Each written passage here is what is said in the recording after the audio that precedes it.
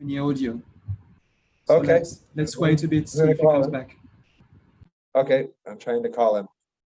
We've been having, it's difficult to put this together sometimes. I really want his voice to be heard, and he's trying hard as well, so I will. Hello, Pancho?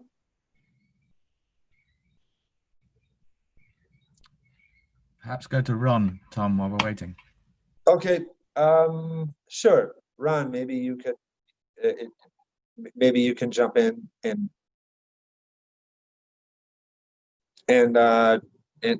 speak about the role of what Region Network does and the platform and why we are working together, and your vision overall, and why what inspires you to work with us in this project, this groundbreaking initiative of direct financing for results. Sounds good. Good morning, everyone. My name is Ron Steinertz. I'm a product lead in Region Network, and we're super excited to be working with the Indigenous communities and the Rainforest Foundation. I have a few slides to share to speak a bit about our work.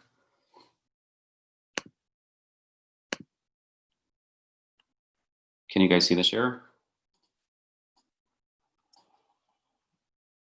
Yes. Okay.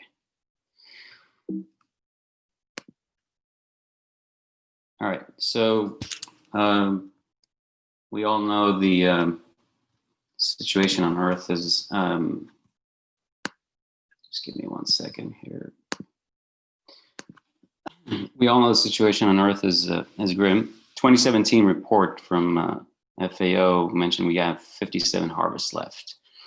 Nutrient topsoil is becoming scarce at an alarming rate. And to date, we have lost more than half of Earth's original rainforests. At this pace, we'll lose all of our rainforests in our lifetime. There's unprecedented extinction and decline in species we're seeing. And we're all experiencing extreme weather patterns in much more frequent basis. But as you can see on the right side, not everything is grim. Agriculture and conservation have great potential to reverse these trends. Shifting to regenerative agriculture or sustainable agriculture and conservation, though, challenges it's expensive. And land stewards, like the Indigenous folks, are not provided the much needed incentives they need. So there's a great need for increase in climate financing. Governments and corporations are beginning to hear this call and are making big climate commitments, which is really great. 183 countries signed the Paris Accord. There's over 1,200 corporations that have made public announcements on reducing their environmental impact.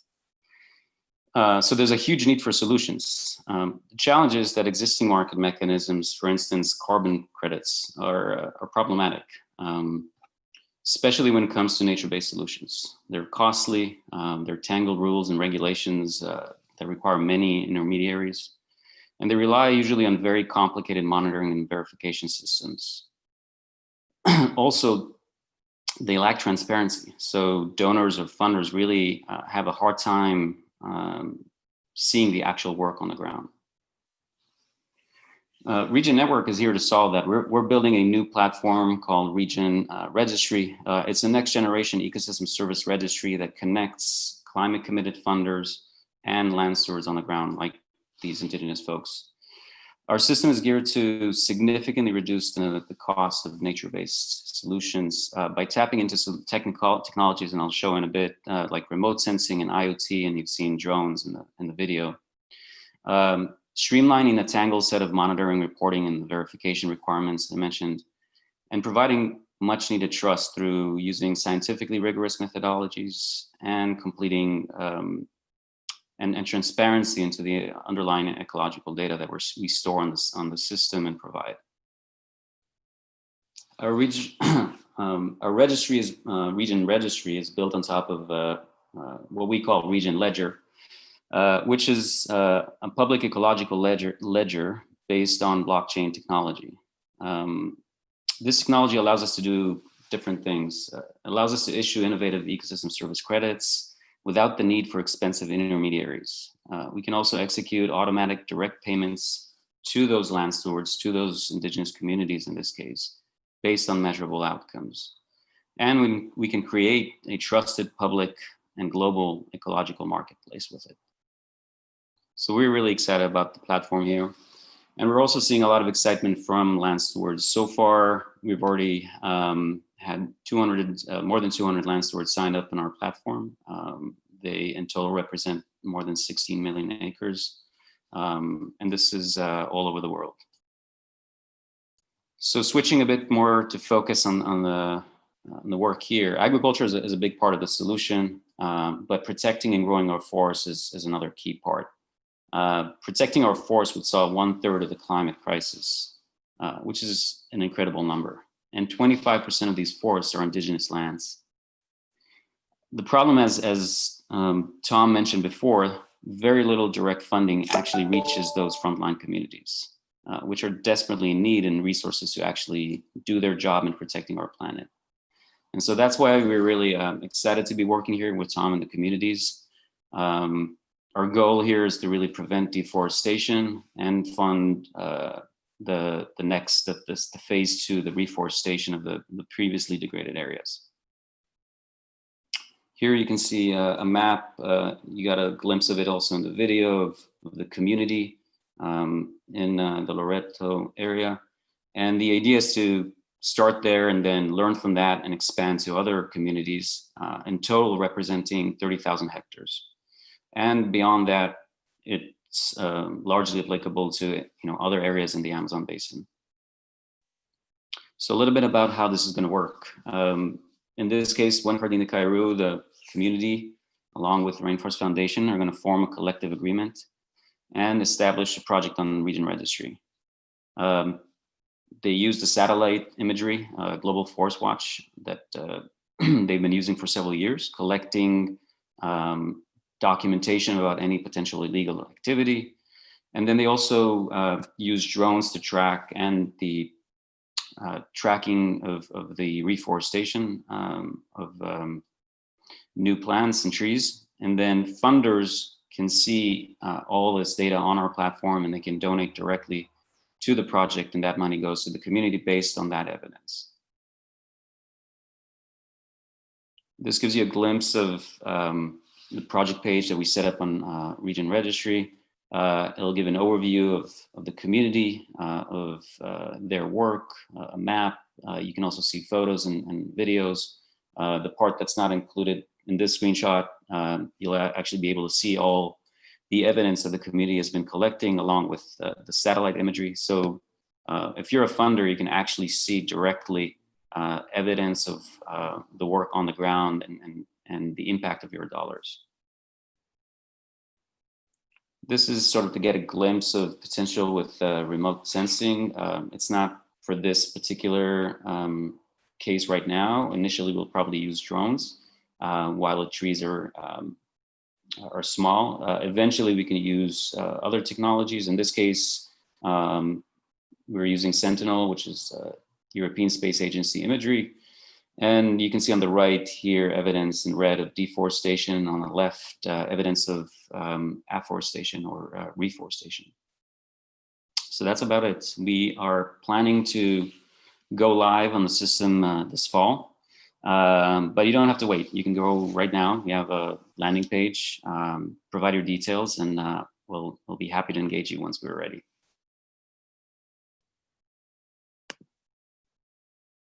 Tom, that was pretty much it.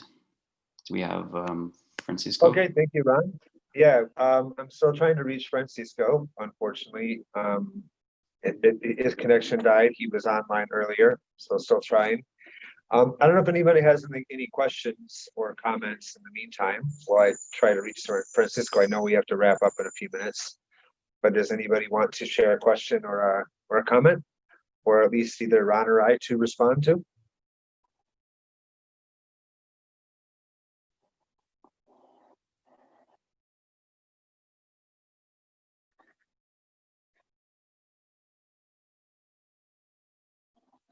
I'll try Francisco again. Let's see if he can speak. That was ringing.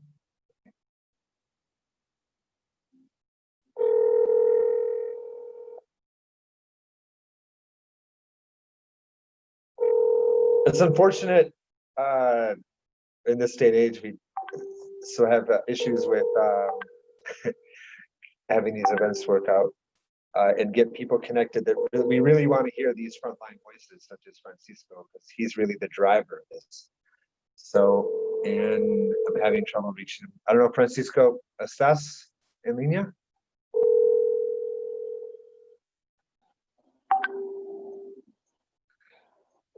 I'm having trouble reaching everybody, so I apologize for that. And hopefully his voice manifested itself in the video.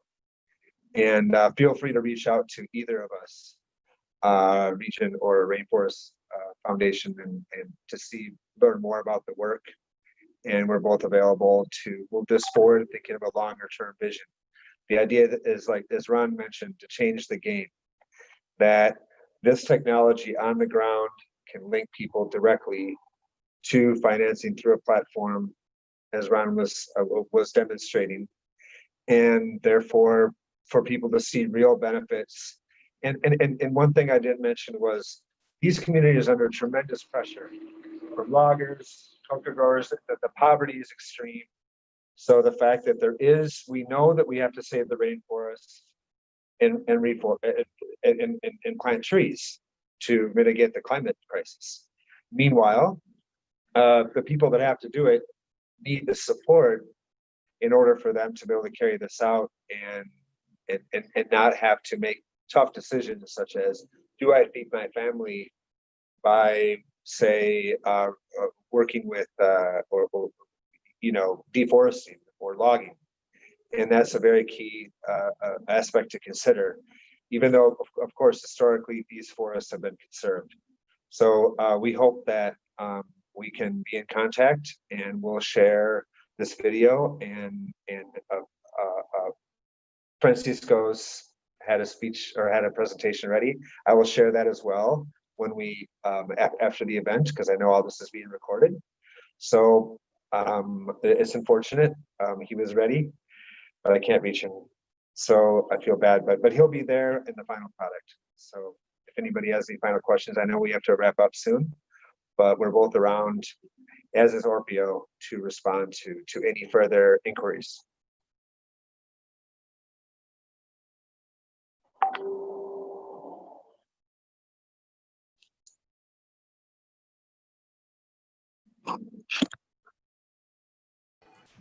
Any further comments, Ron, or questions, anybody?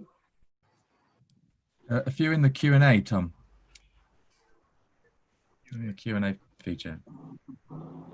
Yes. There's a question here on, sorry, I apologize if I referred to indigenous communities as land stewards. I was presenting our general platform, and we just use land stewards as sort of a general term to refer to farmers, ranchers, especially when we're talking about agricultural conservationists.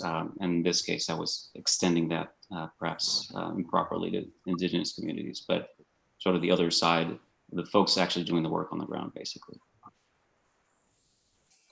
I'm having a hard time seeing the Q&A on my little phone.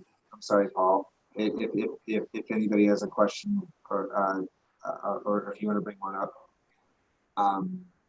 please select.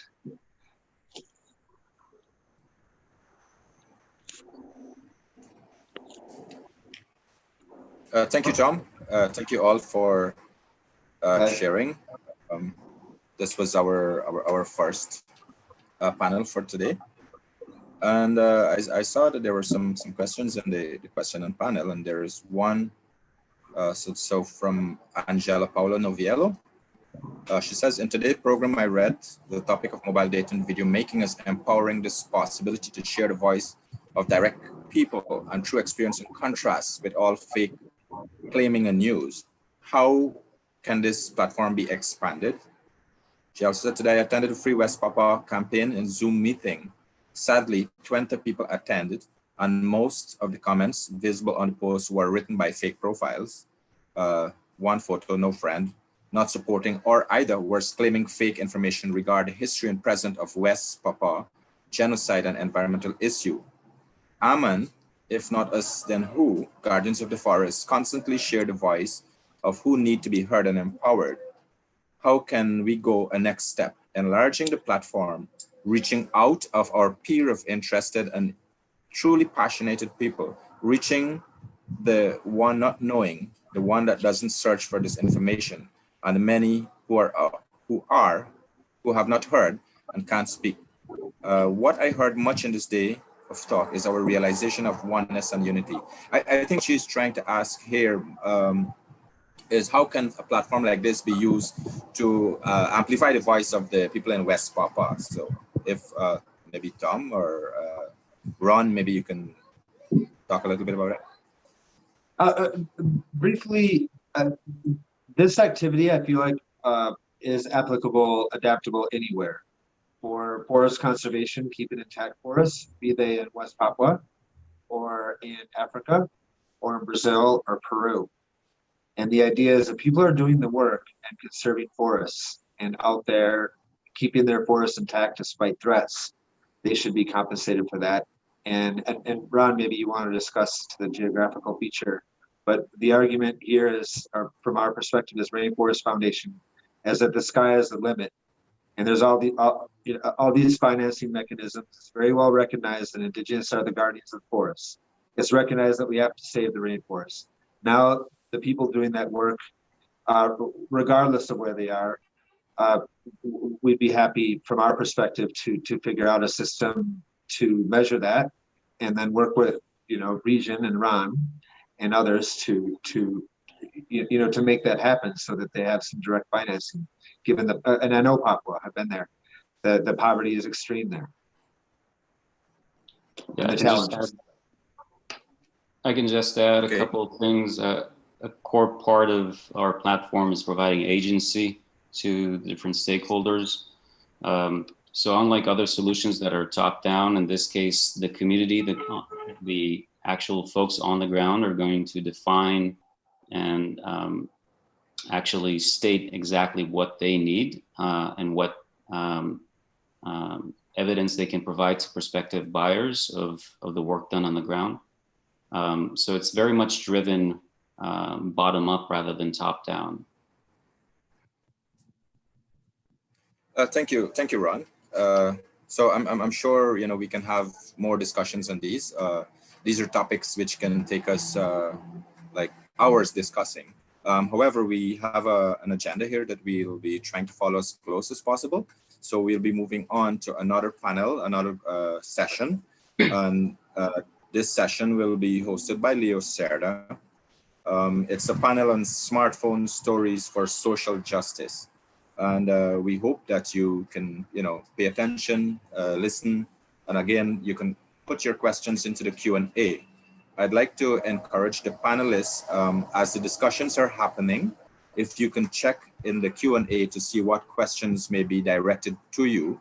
In that way, you can respond to the questions in your talk. So not necessarily waiting until we have a question and answer session, but you can already see what people are asking, and you can, in your presentation, answer them directly, so that by the end we will have maybe less questions to answer. So that we're trying to ensure that we give everyone an opportunity to have their questions answered. So with this, I'd like to hand you over to Leo Cerda.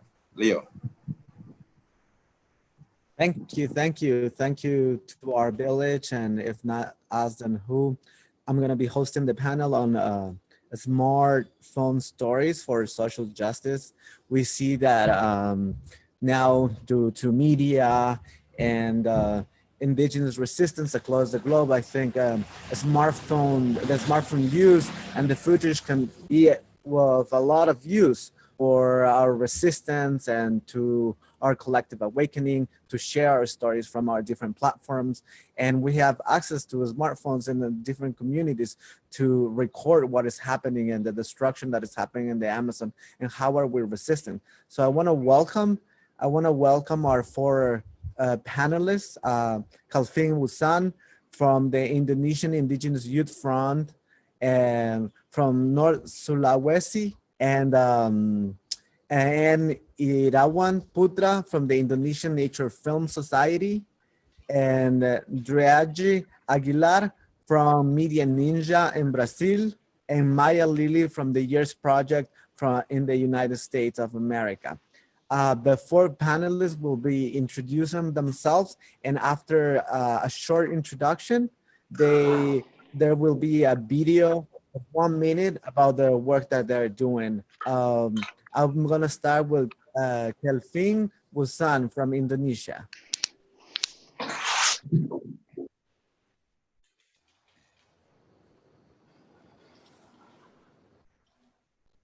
Kelvin? I think you're on mute or something. Yeah, okay. Yeah. Okay. Thanks for this opportunity. My name Calvin Wisan. I am from Wuwuk village in North Sulawesi from Indonesia. And now I represent Youth Indigenous Front or BPAN from Aman from Indonesia. Maybe I will talk about the smartphone movement that involved by youth engineers in Indonesia that want to encourage and inspiring all people to protect their community. Documentation using a smartphone in the community has become a very important and effective ways in this era, because nowadays almost everyone owns a smartphone, especially the youth indigenous. They use a smartphone to document all activities in their indigenous territories. For example, their daily activities such as farm works, rituals in community. They visit the cultural site, documenting their elders, their festival, and even any outside interference that threatens their indigenous territories. With smartphone, they make documentation in form of video, short movies, photos, news video, graphic design such as poster, infographics, and also writings about their indigenous territories. And this is exactly what the youth engineers of Indonesia do. Thank you, Calvin. Now we want to show the audience the 1 minute video about the work that you're doing.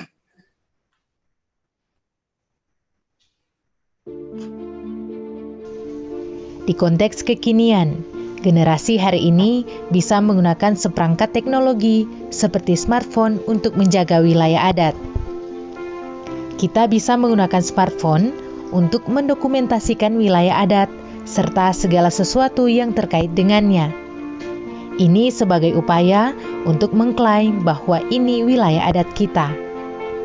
Ini juga sebagai usaha untuk menggugah kesadaran banyak orang agar menjaga wilayah adatnya. Karya yang dihasilkan lewat smartphone dapat berupa film pendek, video berita, foto, karya grafis, dan juga tulisan. Kita juga bisa menggunakan smartphone untuk belajar bahasa daerah kita dari orang yang fasih.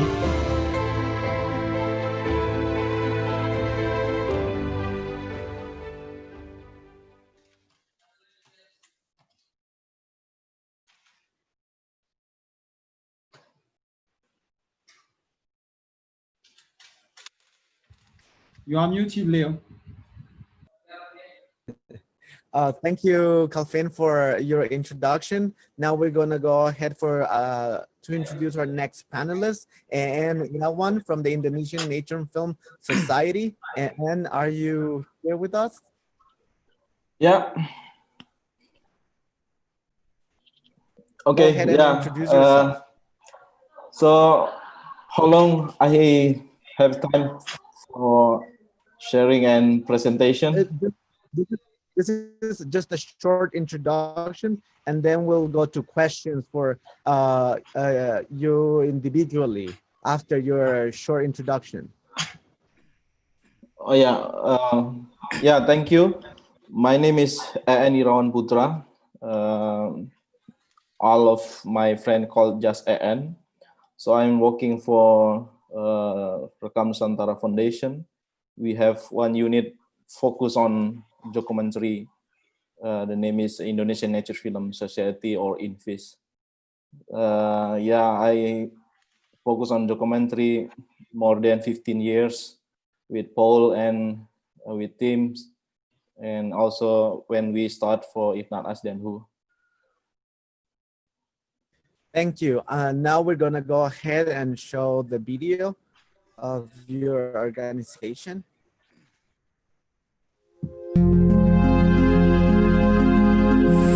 Sekarang kita di Purdiang, tempat pengeboran perusahaan. Jadi ibu-ibu bermalam di sini untuk menjaga alat-alat perusahaan di sini supaya jangan ada yang merusak. Jadi selama 2 bulan ibu-ibu di sini, siang malam di sini. Jadi setiap ada kepolisian yang datang kunjungi kami segera kumpul-kumpul di sini, Pak. Karena ini tiang yang kita awas toh. Langsung juga saya bilang, kenapa Pak? Mau dipaksakan ini? Nah kami ibu-ibu di sini, kami bertahan di sini karena memang bertegas untuk bertahan. Kami tidak mengizinkan perusahaan masuk di sini, Pak. Langsung itu gas air mata ditembakkan di hadapan kami semua, ibu-ibu yang banyak di sana.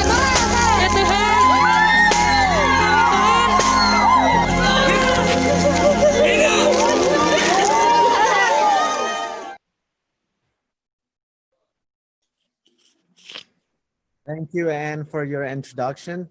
And we're seeing that as the importance of smart, fun use and recording for our fights, for our resistance. I just saw on your video that people were in the front lines of and documenting what is happening, so we can show our peers and the world what is happening, what is like police brutality, how is the government repression in our communities. I'm gonna go ahead and introduce Driagi Aguilar from Media Ninja in Brazil. Driagi, are you here? Welcome.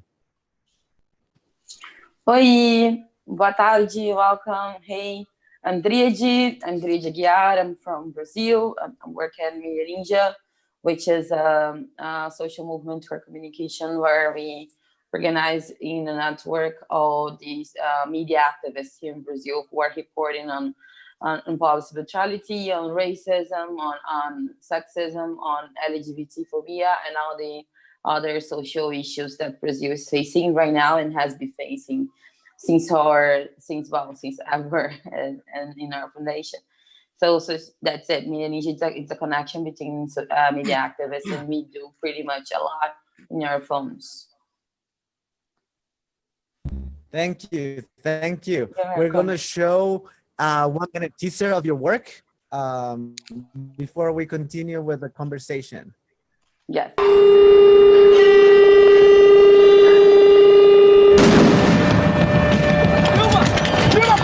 Tá filmando? Caralho, tudo tá correndo atrás da gente. Tô veículo independente, os caras estão usando a força pra me colocar. Os caras estão me colocando a força na porra desse camburão aqui.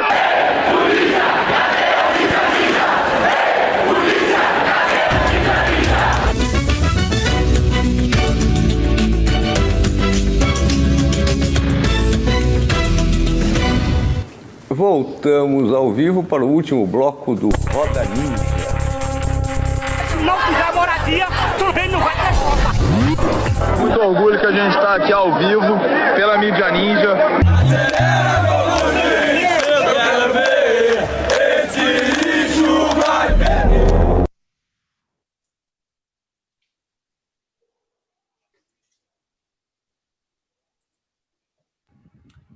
You are muted, Leo. Thank you, Driaji. Now I'm gonna go ahead to introduce Maya Lili from the Years Project in the United States. Maya, are you here with us? I am here. So welcome. Thank you. I'm so happy to be here. I moved to Hollywood about 20 years ago to try to illuminate the environmental crisis and climate crises, because I felt like the environmental movement was really failing to tell that story, and it's been a wild ride. So my name is Maya Lili. I'm a producer.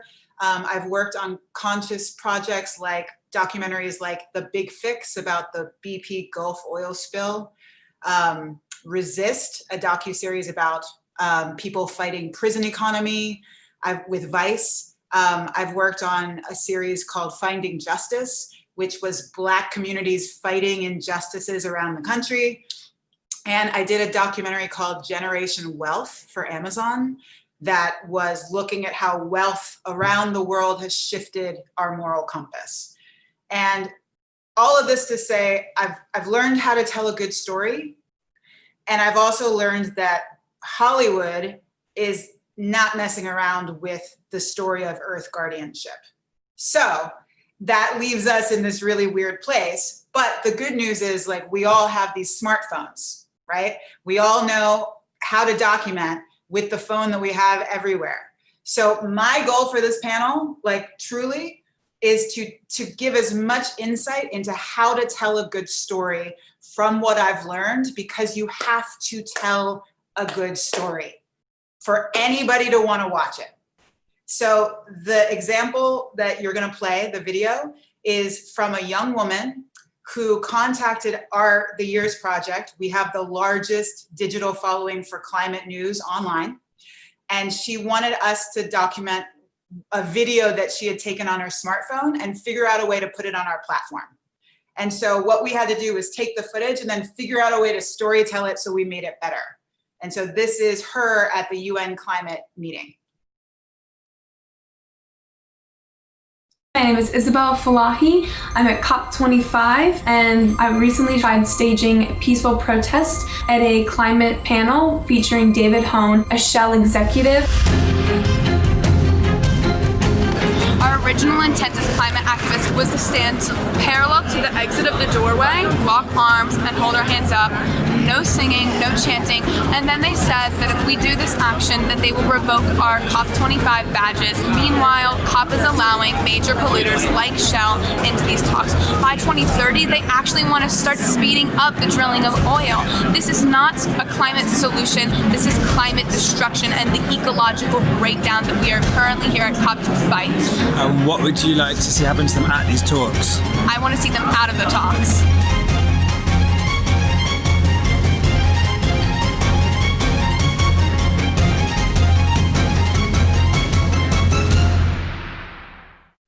And by the way, she's only 15 years old.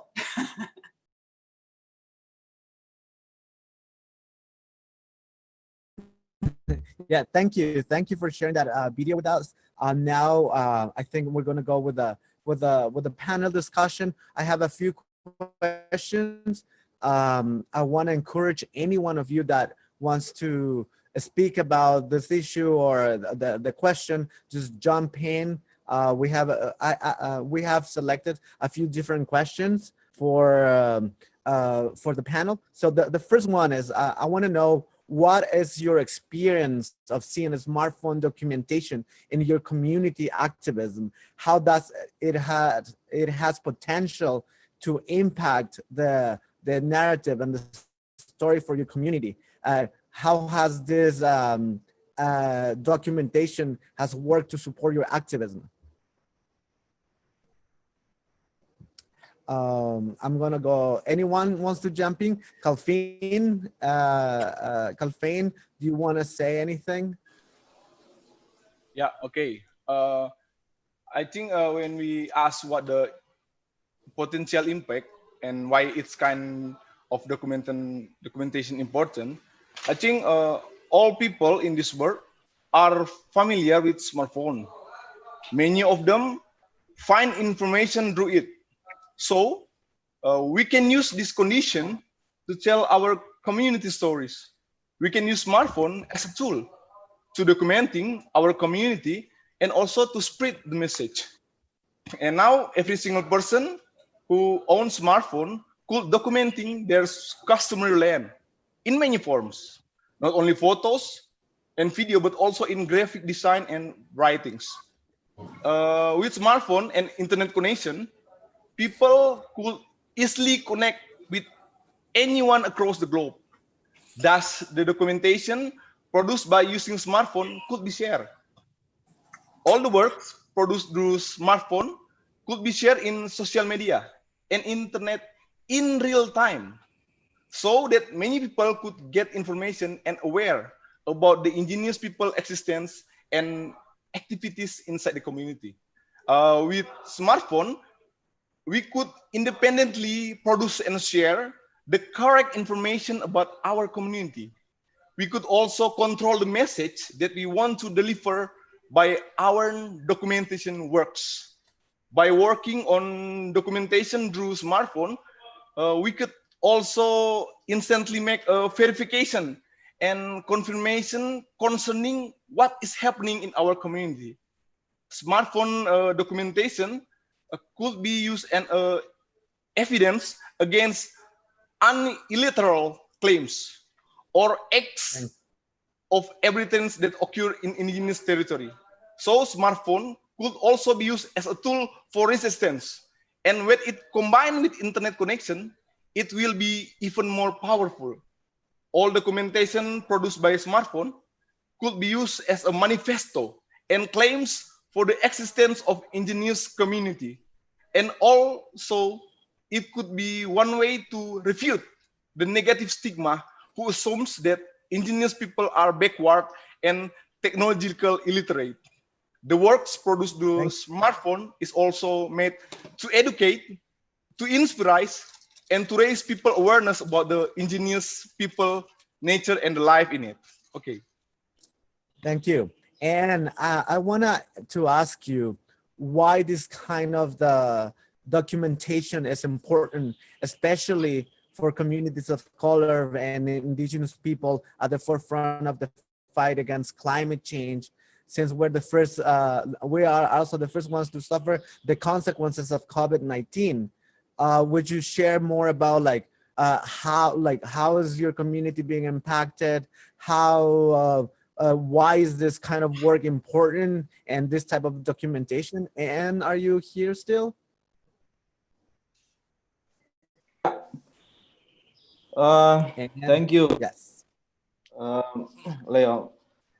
Yeah, based on my experience, I have many times traveled or went to indigenous people's community and visit their lands and their forests.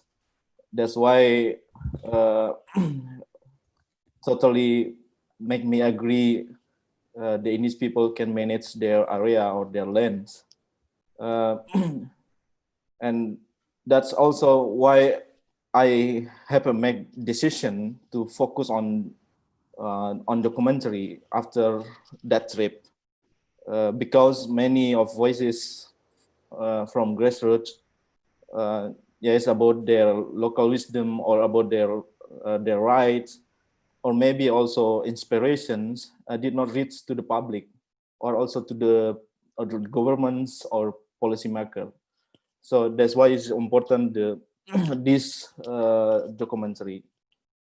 And also based on my experience, when we make one of documentary, film documentary,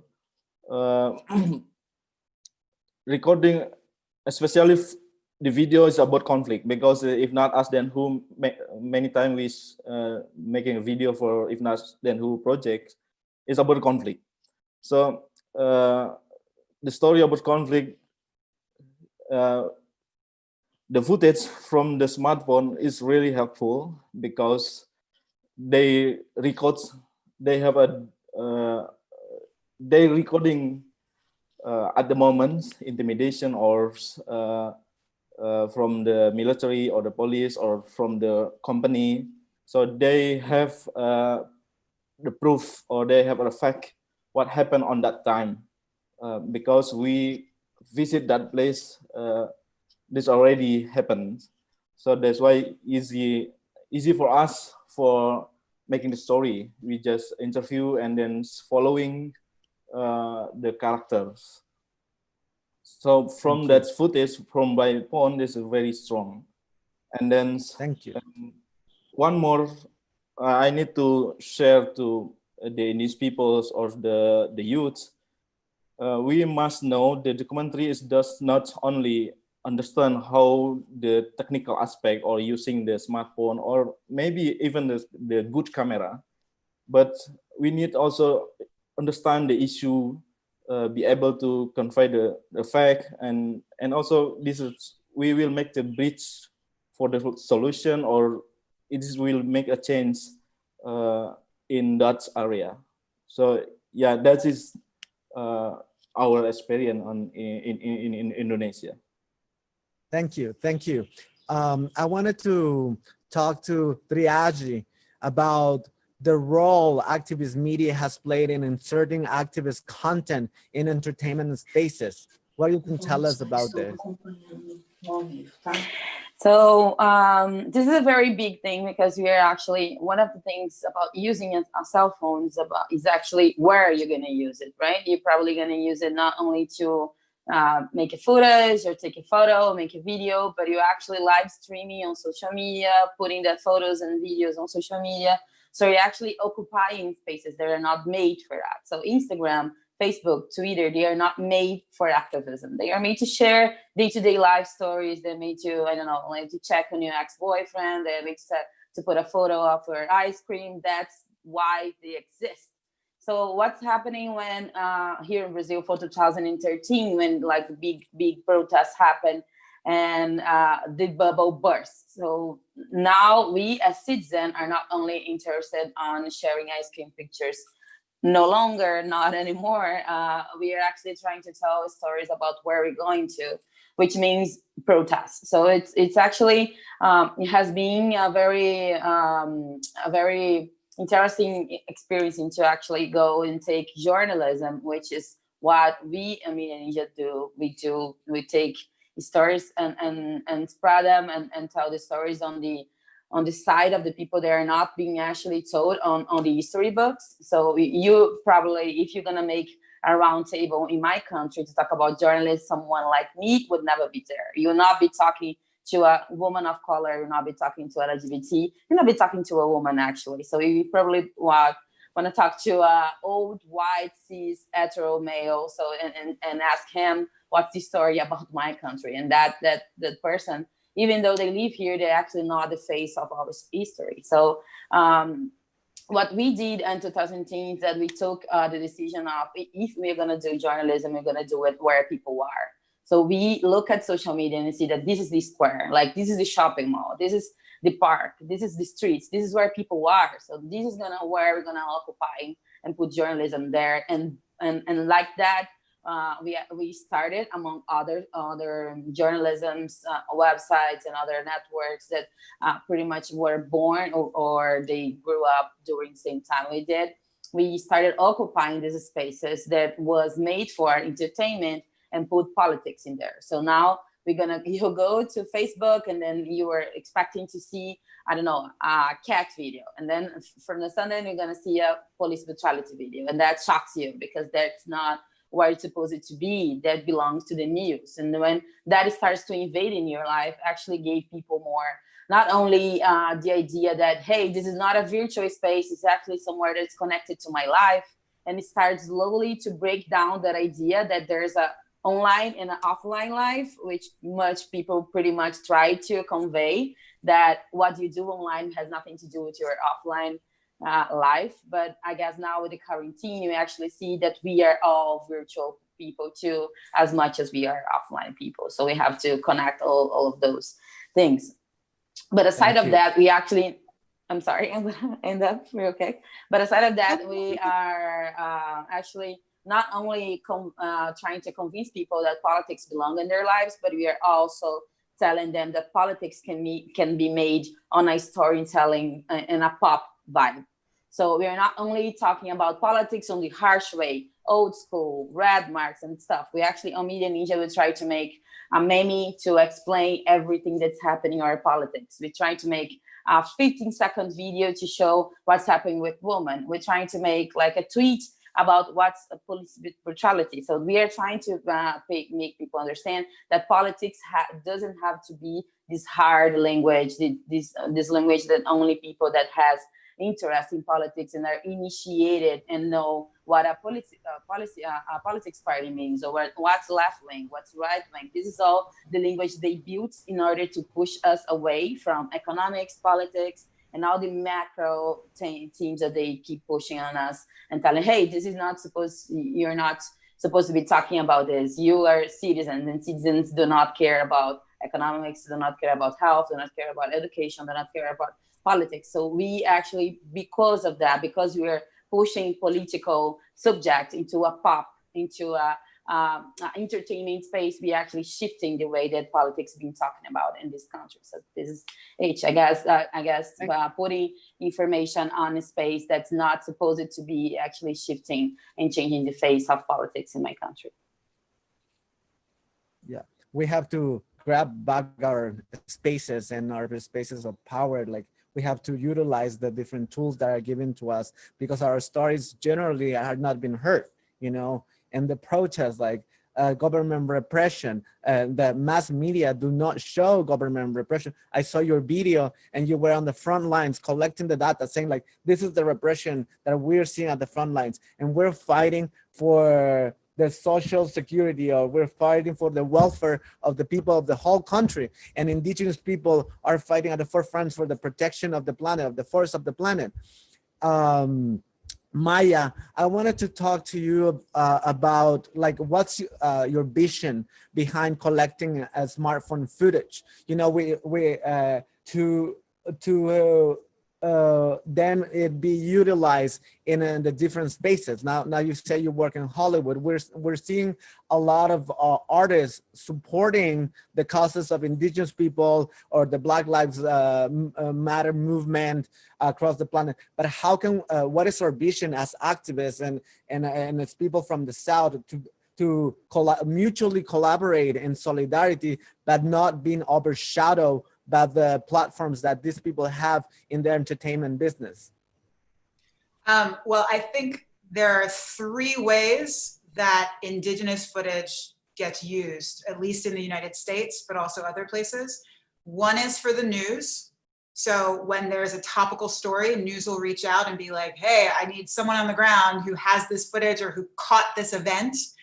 Can I use it, right? 2 is, you know, filmmakers, documentarians will look for indigenous footage because we don't have access to the B-roll. For example, so the Years Project will use stock footage from Pond 5, Getty, like some of these picture houses if we don't have the footage internally. Most of them have no indigenous footage at all. So we have a complete lack visually of how to tell the story. So what I do is I reach out to activists on the ground, like Helena Goalinga, you know, and say, hey, do you have any footage of this? And so it's so important for people to be documenting so that the people that are trying to do the projects can call upon the footage and grab it from community. And then the third is that we have this whole new social media landscape that has completely revolutionized Hollywood. So like Apple, for example, has a whole TV program. You know, everybody's getting into it because social media changed cable. And so we have this opportunity for indigenous communities to be telling their own stories on social media, often to more views than a TV show has. Right? So like we at the Years Project, we just got like 1 billion views in January. That's most likely more views than we got for our TV show that won the Emmy. You know what I mean? So it's like, so key, I think, Leo, is like, we have to become masters of the craft of storytelling. And there are countless books like this one I really wanted to share. This is one of the best books about how to make your story stick in an audience's mind and just how to craft, because we have to be good at that. Otherwise, like, you know, nobody's going to watch something. Everybody wants to watch Tiger King. You know, nobody wants to watch the news comparatively. So like, how can we like create stories that are interesting like Tiger King and better, and then use it for social media and hack the system? Yeah, I think that is very important. I think one last question that I wanted to ask the panelists is what is our ask to our viewers, to the people who are watching this stream? Like, how can people support independent media making for the people in the grassroots, you know, for the people in the communities? What would you suggest to the people watching this, and how can they support directly the grassroots organizations? I'm going to start with Calfein. Yeah, okay. If you ask about this topic about the best practice and top tips to the ground communities, I think smartphone could easily be a chosen documentation tools, because it's affordable. We could also do many things with single tools, smartphone. Not only as a communication device, we could also smartphone to make documentation of our community content. Here are some best practice and top tips that we are used in Indonesia. First, we could use smartphone to take photos, movies with a short duration, and the photos and the movie could tell us about a person, a nature, or a cultural richness. A second, we could use smartphone to make news video about what is happening in our community. We could upload the news video in our social media and YouTube. With the news video, we could also make our online TV channel. We could get our own ingenious TV that provide truth information about the community to the world. Third, we could also make a graphic design, such a flyer, a poster, infographics through smartphone. This graphic could easily be shared, and it could easily reach many people instantly with media social. And fourth, smartphone could also be used to write many things. We could write offline using the notes application, or we can write online, and we could share it real time in our social media.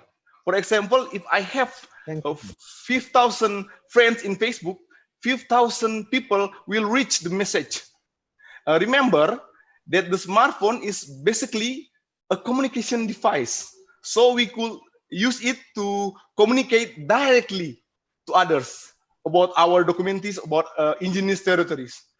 So I think to optimize the practice of smartphone documentation, we could initiate some training or workshop on how to do smartphone documentation.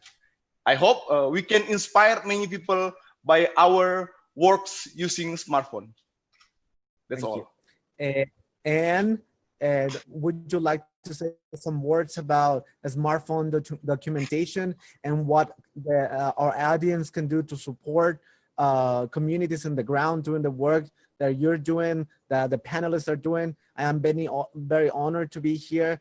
And would you like to say some words? Yeah. First, I want to answer the Maya, respond to Maya statement.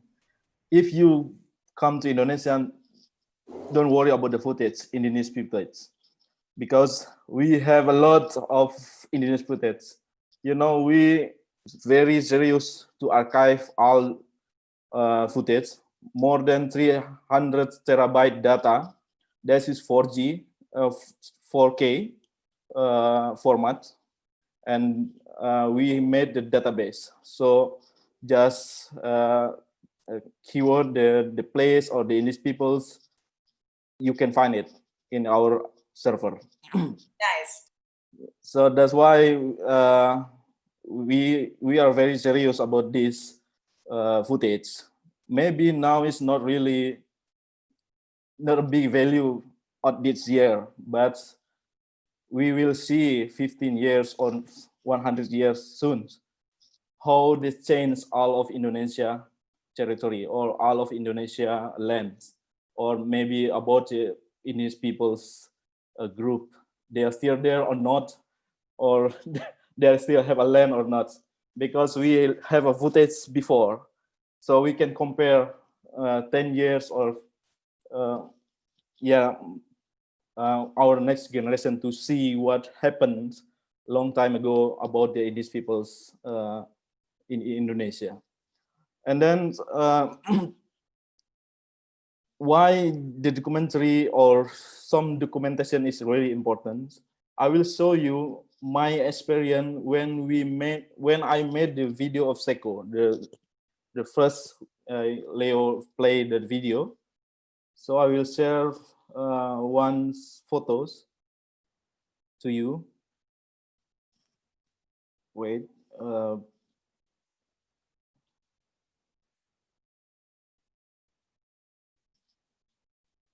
This one. You know, 2008, I take picture of this guy, this one. And then 2017, I come back. And when I introduced myself, and he said, so you are named A.N. Irawan Putra? Yes, who are you? And then he saw the photos. You take these photos? Yes, that's my photos. So finally, I can meet you. So he is still on the elementary school on that time. So when I come back to documenting about the conflict on that area and come back to their place, he remembered me because on that time I scanned the slide because on 2006 it still used the negative or positive. So I scanned that all of the archive and then I give to the local NGO in that area. So maybe he shared to the community. This moment is really helped me when I want to interview all of victims, their parent in the jail. So he introduced to her parent and then to his parent, and then he said, and he's ready to go visit our village on that time. So I believe here, I believe him, and then I trust him to want to help our peoples. That is really, for me, this that's why it's really important. What is a documentary? What is a document about the Indigenous peoples, about their territory? And then for the strategy, how to disseminate this video. 3 years ago, I set up the communication units. So because this is important to make a strategy, how we can encourage our videos. You know, making documentary is not easy. We need to stay on the village. We need to visit the forest 1 week, 2 weeks, but we need competition with I said the trash media. I said because no important at all. That's in mainstream television.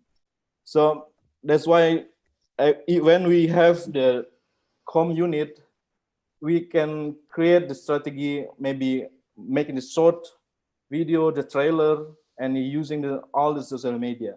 So now slowly the viewers on our account is more increased. More than 100,000 people view. So, and then this is really, we have really concern with this strategy. So that's why we need to thinking about the dissemination strategy. Thank you. I think we're going to wrap up. I want to have some time to let Maya and Driaji speak on the final words about the smartphone documentation and what the audience can do.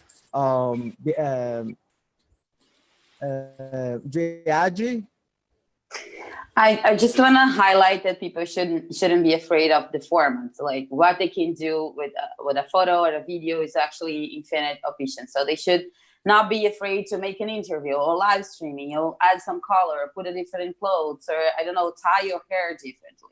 So they should, if you want to call for attention in the middle of the ocean that is social media, you should be thinking a little bit more about how you put your content in the world. That means lighting, that means sound, but also means putting yourself on the landscape of being an interesting person in order to convey and bring up the story that you want.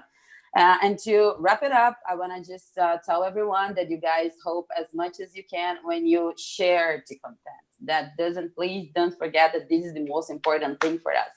We want, if you want to do as Kelfin was talking about, like if you have 15,000 followers, and in order to get the content there, these 5,000 people has to share the content. So please, just a call out to everyone that if you want to engage and you want to be part of it, all you have to do is click the share button.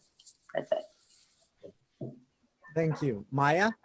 Nice. Triaji, I think you're so cool. I just want to say that. So I try to bring what I learned in Hollywood to journalism and to climate and to the environmental movement. And the thing that always ends up in the cut in the video is urgency, high stakes, often still a hero or a hera's journey. Yes, there's room for beauty and joy and community, and we have to show that, but I think it's really important to still wrap it up like Driaji does into something interesting. So trying to find a way to tell the story that is through the lens of like rising conflict, high stakes, like what is at risk for the main character? Like how can you shape your narrative so that you actually are using the years since Greek theater and all the years since Odysseus and everything that we've learned from storytelling in that microcosm of a moment. So what ends up on the cutting room floor in my field is tangents, theories, and this is something that a lot of climate activists do. They'll just launch into what they think about something. No, we want to know who, what, where, when, why. Why is it important? Start in the middle of the action. Don't start with like, my name is, I've been here forever. This is what I think about this. Start with like, I'm at the UN climate meeting. I just got kicked out by the UN and now I'm gonna start a ruckus. Because we wanna watch that video. We don't wanna watch you talking a tangent or a theory about like what you're doing. So, like just learning how to cultivate story, learning how to really interview people on the ground. And then last thing I'll say is the thing we never get that we always need is what we call a reverse shot. So like everybody wants to film Greta, right? All cameras are on Greta. What we want to know as the audience is how is the audience reacting? How is the audience reacting to Greta? So we want to see Greta and then we want to see the reverse shot of the audience sobbing because Greta just killed it. You know what I mean? So always catch the front shot and the reverse shot as much as humanly possible. That's it. Thank you. I am very honored to be here with all of you. I think the work that each individual of you and your organizations do for the planet and for the resistance and for your communities it's amazing. I just want to say thank you to, if not us, then who, and our village for having us and for giving us this space to have voices from the South and from around the world to speak on these issues. Smart documentation, let's keep doing, let's keep using our voices, let's keep using the different platforms that we have at our disposal to enhance our work and to let the people know what we're doing and to have us in control and in power of our narratives and the stories that we want to tell the world. Thank you, and I'm gonna go, we're gonna go next with the next panel. Thank you so much, everyone. Bye. Thank you. Thank you. Bye. Thank you. Thank you. Thank you, Leo, and the panel for sharing those very exciting stories. I know storytelling is one of those things which, well, as Indigenous peoples, we have our stories, but how do we tell them? And I think the last panel was just sharing, some ways in which it can be done. I believe that, now that we have certain technology available to us in our hands, that we can actually shoot and produce videos using the handheld devices that we have.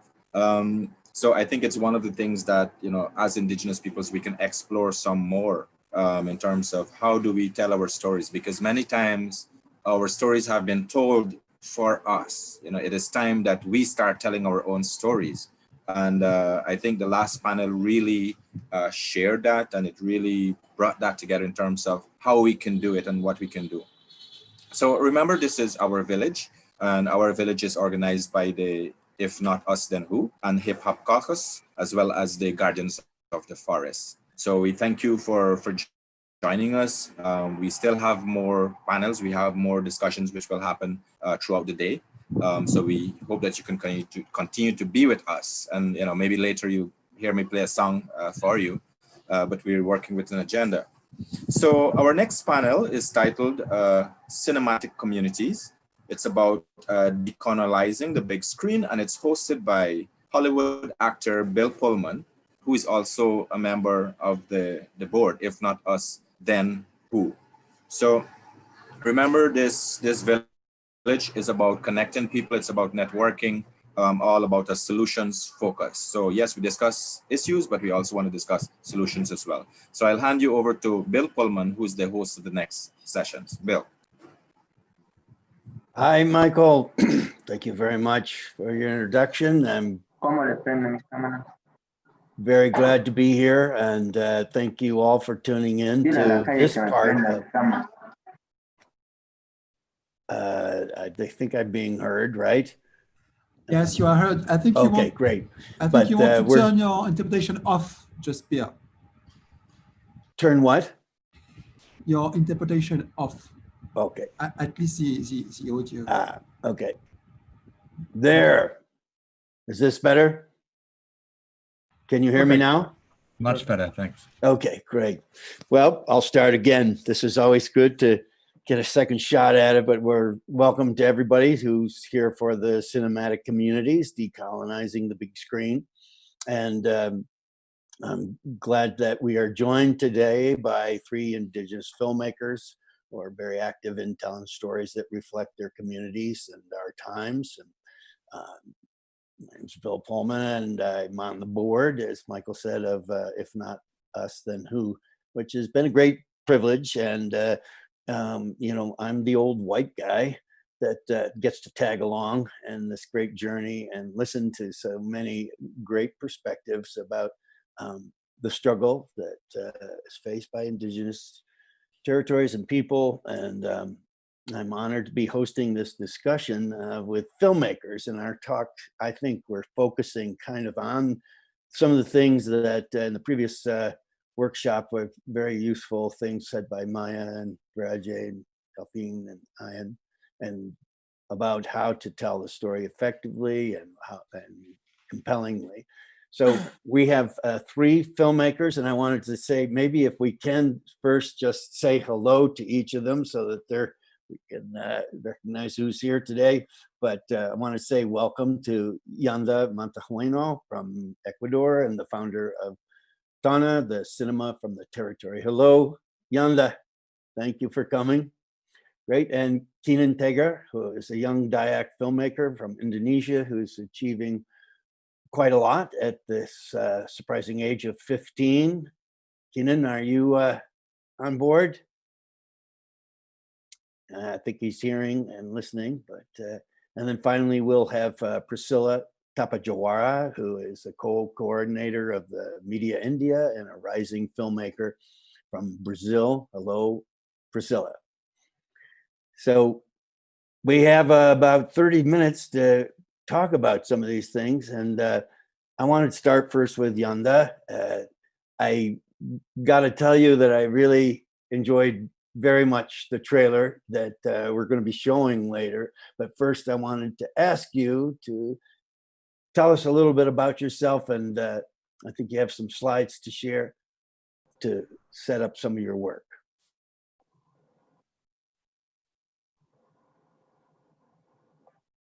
Yashungu como ku ikicha yanda tuaro ku zapara. Hola, soy Yanda Tuaro, soy de la nación Zápara del Ecuador, soy de un pueblo que sueña, soy de la selva. El sueño, la visión que yo tuve me ha traído a este mundo tecnológico, mágico que es el cine. Ese mundo especial. Voy a compartir un poco sobre mis actividades, mi trabajo, el sueño Tauna. Tauna. ¿Está? En los sueños de nosotros, los zaparas, hemos visto situaciones que vivimos en el mundo y lo que estamos viviendo actualmente aquí en la tierra. Nuestros abuelos, nosotros, yo vengo, como decía, de este mundo mágico donde nos relacionamos mediante las plantas, viajamos para conocer nuestro camino.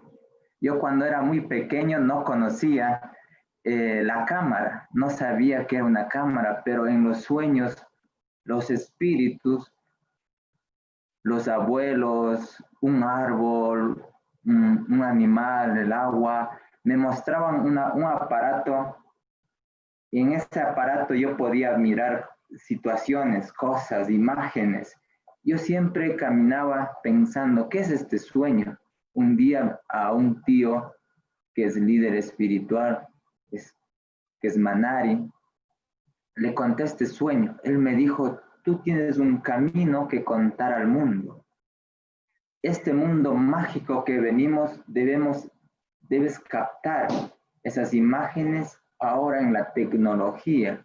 Entonces mi sueño me guió a este camino, a este mundo mágico, donde vamos a contar, estamos soñando el nuevo cine desde nosotros, desde la selva, desde cómo mira un pájaro, desde cómo mira la anaconda, el agua, la luna, la mañana, cómo mira este mundo mágico a través del video, del cine. Esto es nuestro sueño, ahora estamos construyendo, haciendo este cine desde nosotros, desde el sentir, desde el corazón. Es el cine para ayudar a proteger la Amazonía, la selva, la naturaleza, los derechos de nosotros, de los pueblos indígenas. Porque nosotros hemos vivido muchos años, muchísimos años, en situaciones críticas. Hace mucho tiempo mi pueblo era más de 20,000 záparas aquí en el Ecuador, entre Perú, pero en la actualidad somos apenas 500 personas. Somos 500 zaparas y hay 3 abuelas mías que hablan mi idioma porque hubo mucha conquista, mataron mucho a mi comunidad. Hasta hoy en día han venido de nuevas formas a matarnos a nosotros, con temas de explotar el petróleo, la minería, a sacar también el tema de la tecnología. Vemos que ha habido muchos cinematógrafos, camarógrafos que han llegado a nuestra selva, han tomado una foto, video y se han llevado, pero nunca he visto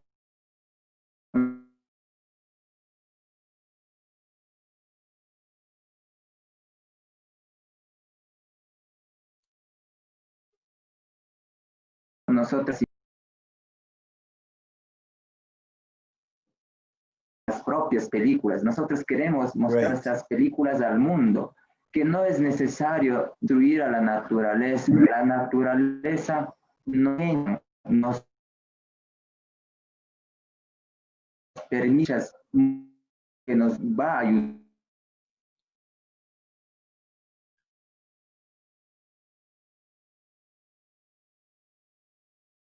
Great. Well, thank you. Thank you for that, Yanda.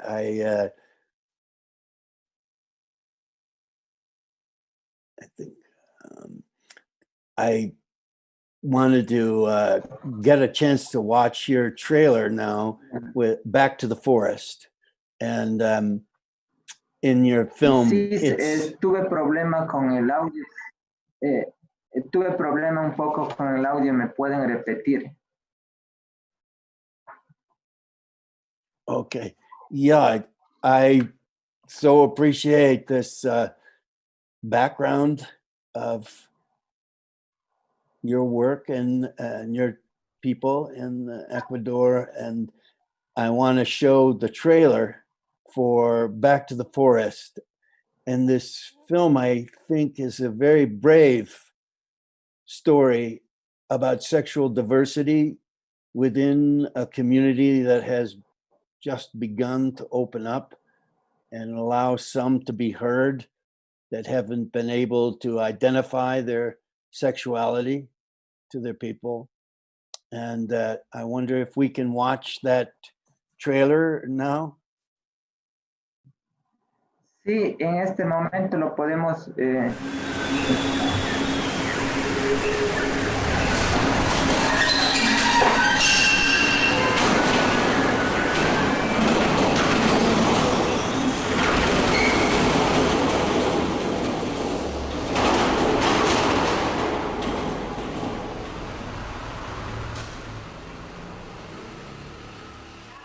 La belleza para mí es primero, antes, sobre todas las cosas, mi naturaleza, de donde provengo.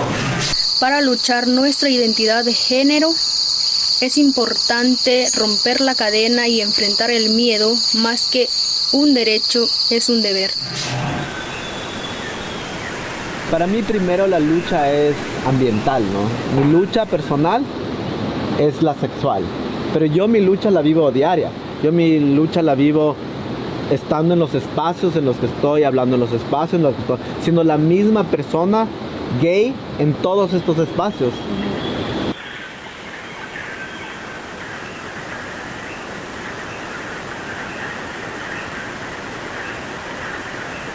Hay que ir debatiendo, hay que ir reflexionando, hay que ir conversando, dialogando, como te digo. Va a haber resistencias, obviamente, también, ¿no? Bastante, pero creo que es necesario hacerlo, ¿no? De que en algún momento también se contemple estas diversidades también dentro del movimiento indígena como un actor importante que puede catalizar, que puede empujar, que puede dinamizar el mismo movimiento indígena.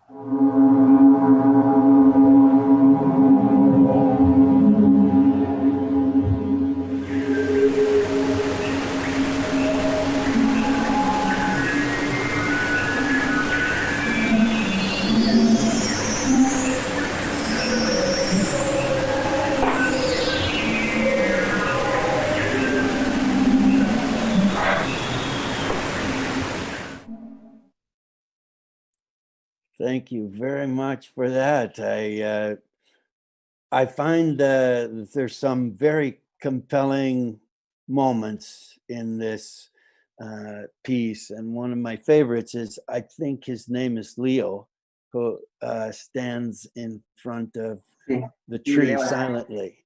And, you know, it begins with that great shot of from far up above, and then it goes to him, just him, no talking, in front of the tree and turning around. And there's something compelling about that moment. And I wondered what inspired you to put that moment in the trailer.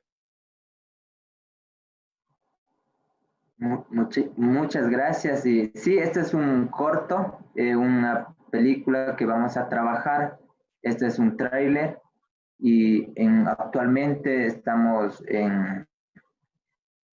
buscando un apoyo para poder hacer esta película aquí en la Amazonía. Son varios actores, queremos contar esta historia, contar desde nosotros, como decía, esto es el nuevo, las nuevas ideas y formas de contar el cine amazónico ecuatoriano, desde el sueño, desde el respeto. Esta película también va a ayudar mucho a visibilizar en la Amazonía ecuatoriana la comunidad LGBTI amazónica, que es una lucha a diario, una lucha constante, que nuestros pueblos mismos no conocen estas luchas, y entonces para vernos nosotros hay que hacer esta película, para poder fortalecernos como hermanos, como la naturaleza necesita apoyo, necesitamos hacer este documental, película que se está planificando actualmente, y yo estoy muy contento que te guste nuestro trabajo. Compartir este sueño con ustedes al mundo. Sin nosotros, sin juntarnos todos, no podemos construir un mundo equilibrado.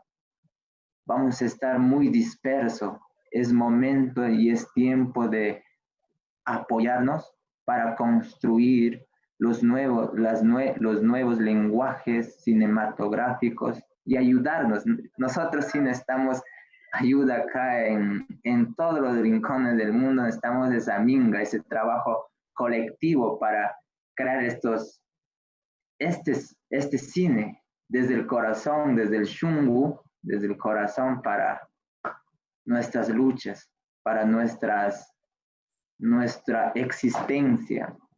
También yo pienso, si nosotros no lo hacemos, ¿quién lo va a hacer? No hay más. Nosotros debemos hacer. Huitzaja, muchas gracias.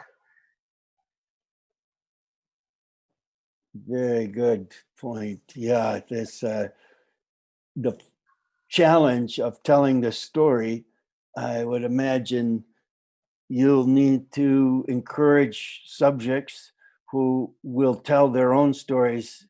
Maybe some of them have already come out, and others who are just beginning to have the idea to acknowledge their sexual diversity. Has that been a difficulty to get people to sometimes tell their stories if they feel their community might have resentment for them or hatred?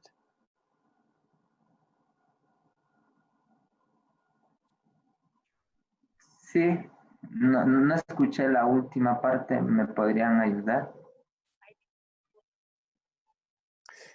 Yeah, I just am curious about your challenge to get some of the gay community and other communities of diverse sexual diversity to tell their stories when they have fear of resentment from their own people and exposure to hatred that sometimes they have to face when they express themselves. Bueno, ahorita actualmente en nosotros hay una nueva generación que ya es más consciente, somos más, trabajamos, este trabajo es colectivo, la colectividad nos permite mover muchas cosas, ser más fuertes, sólidos en estos procesos. Y es la primera vez que tocamos el tema de LGBTI en la Amazonía. Como decía, todo esto es a base de medicina. La medicina, nosotros le llamamos yauna, tabaco, inhalamos, soñamos, y en los sueños nos ayuda a mirar qué vamos a hacer con nuestra vida, cómo vamos a caminar mañana, pasado mañana, otra semana, qué va a suceder. Entonces, en este sueño, las visiones nos muestran los caminos, qué es lo que debemos hacer. Este trabajo es un poco duro,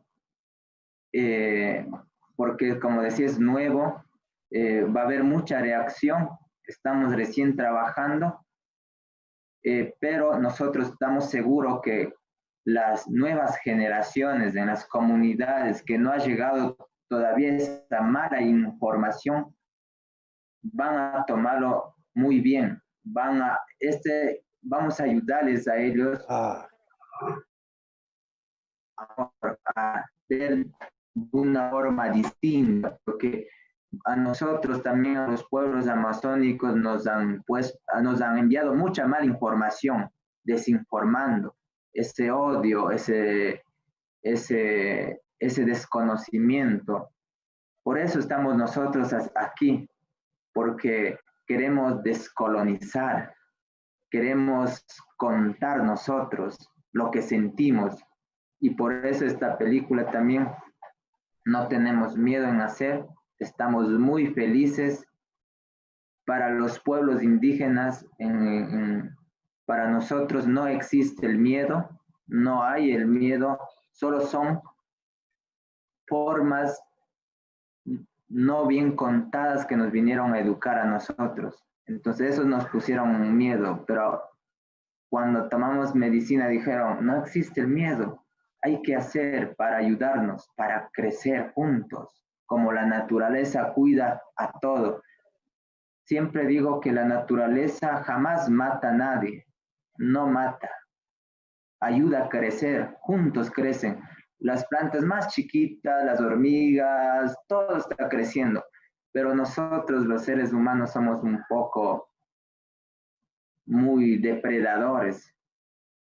Y frente a eso queremos cambiar nosotros con el cine. Esta película de LGBTI nos va a ayudar mucho a cambiar bastante en nuestras formas de sentir y pensar contra nuestros hermanos, hermanas. Estamos trabajando muy duro. Very good. Thank you for that, Yanda. Then moving into the next filmmaker, and Yanda, we will come back and ask some more questions, but now we'll go to the second filmmaker, who is Keenan Teger. And hello, Keenan, are you there? Hi. Can you hear me? I think Keenan is close by, maybe. We can hear you, Keenan. You can hear me, and you're seeing him? Mm-hmm. Okay, so I know you're the youngest of our group today, and I'm curious to hear a little bit about how you discovered your interest in filmmaking, and then we'll get to watch the trailer that you eventually will see, the trailer of the Ladang food security issue, the Iban people and use of fire for cultural practices. But Keenan, can you give us a little bit of how you came into this work of filmmaking? Yeah, so good morning to everyone. Well, it's night here, but and I've been making films, I think, ever since I started being homeschooled, which was around 2 or 3 years ago. And I first started because it was my first time getting a camera from my dad. He gave me a camera from his organization and asked me to help document a ritual that was happening. And so with the limited gear that I had at the time, I made my first film. And actually it took quite a while because at the time I didn't have like a good computer that can edit it and lots of those kind of problems. But one day a friend of ours asked me if I had anything to show because he was running a film festival and wanted to show my film if that's a possibility. And so I said yes, I have a film, even though it's barely been edited at all and there's only a month left, but I just did it. And after that, it was the first time it was shown to other people.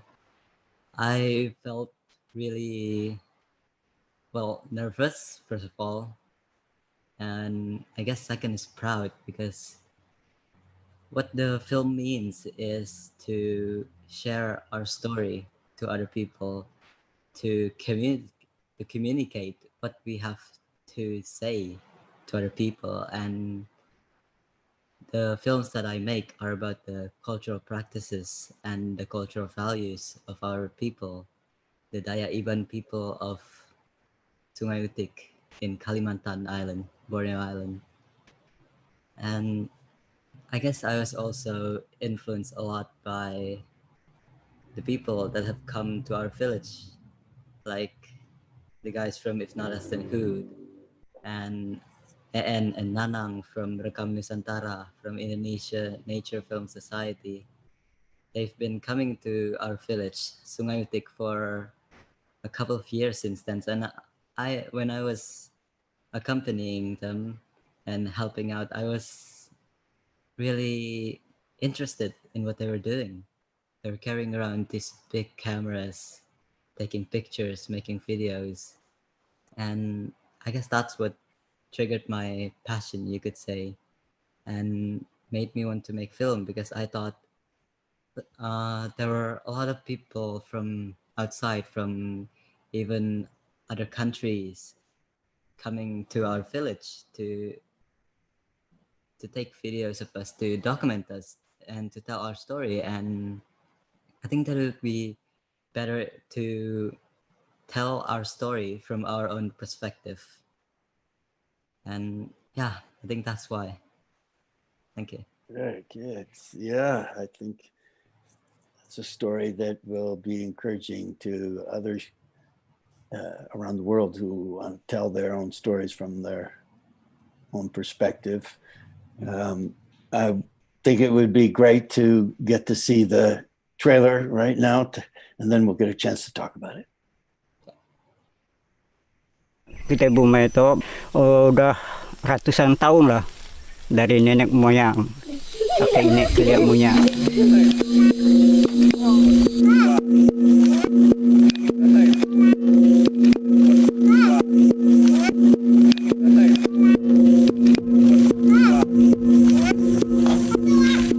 Kita ke Buma itu belajar tentu area keinek kita coba dari keturunan. Buma itu berarti kita itu ke hidup. Abang kami si hingga pagi Buma itu. Kami sekeluarga kan pas dia udah nyampe kayak nasi baru, belum beli beras gitu. Di padi kita cukup kan, tak perlu kita minta bantuan dari orang bukan. Tebas kita, pas udah tebas tuh tanam kita, tunggu kita tanam kita. Nak sebarang ya, bakal menungguan ke ibad. Kita nak bakal ada yang nak padi kita ngai tumo me, ada yang kita nak baguam me padi tumo dia nak bakar dulu. Nah mungkin kita beladang tu nak aruna membakar dulu.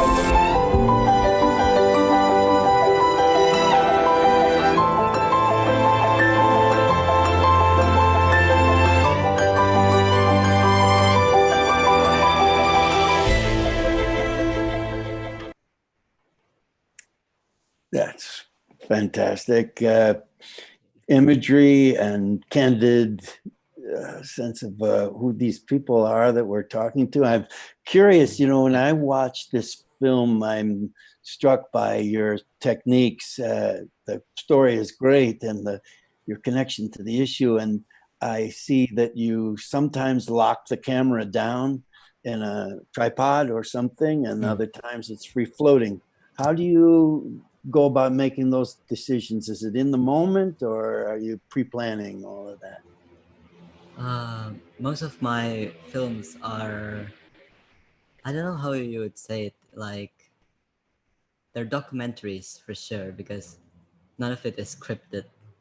Even if it's sort of scripted, it would just be for the interviews.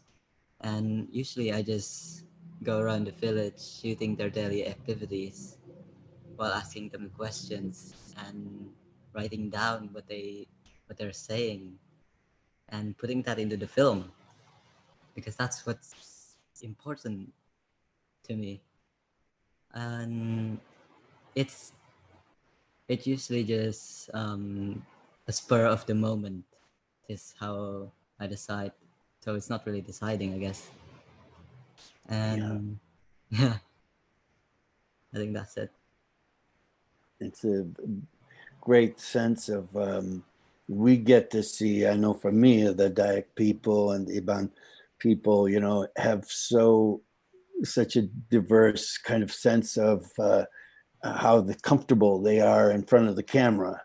And but I think, give them permission to be very natural inside that. Does that take a long time, or did you always kind of have that ability? I think it's less my ability, more of the people of the village, because as I said before, for many years they've been, I guess, recognized as true indigenous people who still practice their cultural values.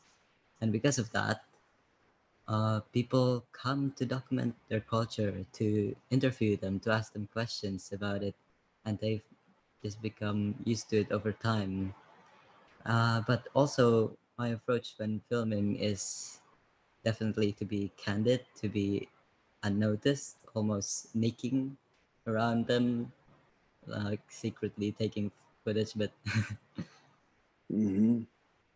but yeah, that's I think sometimes you know, for subjects that are used to talking about themselves, sometimes you have to disrupt that to find some little candid moments and things. So I think that I love the way that their faces are so illuminated when they're telling their stories. yeah. And we have some more questions for you, but I think we'll come back and have some questions. But let's go ahead and meet the third filmmaker as part of this series, Priscilla Tapajawara from Brazil, whose work reflects the Tapajós community. Priscilla, hello and welcome. And I know you're working in media activism and making films, and I hope that you can tell us a little bit about how you came into this direction of telling stories within the Amazonian film movement. Olá, boa tarde. Aqui no Brasil é boa tarde ainda. Todo mundo está me ouvindo? I can hear you, yeah. Ok. Então, aqui onde eu moro é na Amazônia brasileira, no estado do Pará. E é uma região onde tem muito conflito com madeireiros, com sojeiros, com os invasores de terras, com os garimpeiros, enfim. E desde mais nova eu gostava de mostrar as belezas naturais também da minha região, porque aqui onde eu vivo é muito rico. Tem um rio muito bonito, tem umas praias muito bonitas, tem a floresta muito grande. E como eu cresci tendo uma relação muito forte com essa natureza, com o rio, né? Eu gostava de mostrar nas minhas fotografias isso para as pessoas. Então, eu fui aprimorando mais os meus conhecimentos na área de fotografia e eu queria expandir, eu queria conhecer mais nesse ramo que fosse mais para a questão do audiovisual do cinema. E também porque aqui na minha região, por causa desses conflitos e também pela beleza natural, vem muita gente de fora. E essas pessoas, muitas das vezes, contavam nossas histórias com o seu olhar, com a forma delas falarem. E muitas das vezes não era como a gente gostaria que fosse, sabe? Não era exatamente do jeito que a gente gostaria que eles estivessem falando. Então, foi um dos motivos que fizeram com que eu estudasse. Eu saí da minha região, eu fui para uma cidade grande, numa capital, sozinha. Eu queria estudar, eu queria ter essa oportunidade de entrar assim numa universidade, descolonizar também, né, de poder entrar numa universidade, de adentrar no mercado do audiovisual. E foi aonde que eu comecei a estudar e aí foi que eu comecei a participar do mercado do audiovisual. E aí aqui na minha região eu faço alguns filmes, eu faço trabalho com mídia índia, que é um trabalho também bem voltado com a questão do celular e produções de conteúdo voltado para as redes sociais. E uma coisa que eu falo muito é que eu descolonizo telas. Eu descolonizo telas nas plataformas digitais, tanto como no do cinema. Então, eu acho que isso é muito importante, porque eu busco referências, principalmente de mulheres indígenas, que estão dentro do cinema para me inspirar, como também, hoje, eu sou referência para a juventude, principalmente para as mulheres da minha região, como uma jovem que saiu, que foi buscar um conhecimento fora, né, que foi buscar esse conhecimento da tecnologia para fazer esse agregamento com o conhecimento ancestral que nós temos, e isso que é o diferencial do nosso cinema. Por mais que um não indígena ele esteja bem intencionado, ele nunca vai mostrar, ele nunca vai fazer um filme como nós indígenas conseguiremos fazer.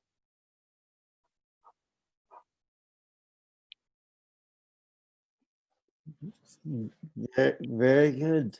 I'm just learning this format, and I checked on the Q&A, and people are really responding to what you're saying. And when you get a chance to look back, there's some questions and things that people will direct to you that you could read later and address. But I think maybe now I'd love to have us all watch your film, and I think the Enchanted Spirits of the Tapajos is a really unusual, challenging way that you've found to talk about some ethereal things. And maybe we can discuss that a little bit after the trailer is shown.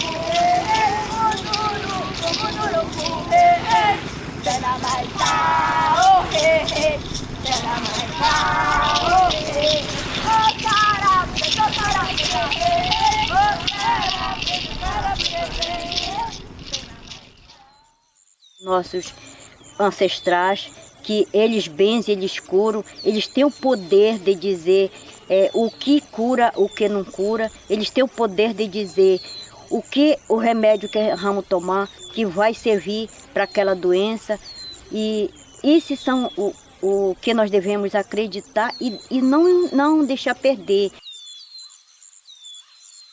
Elas falam que a gente tem que, tomar cuidado. Em todo canto tem espírito, tem um dono.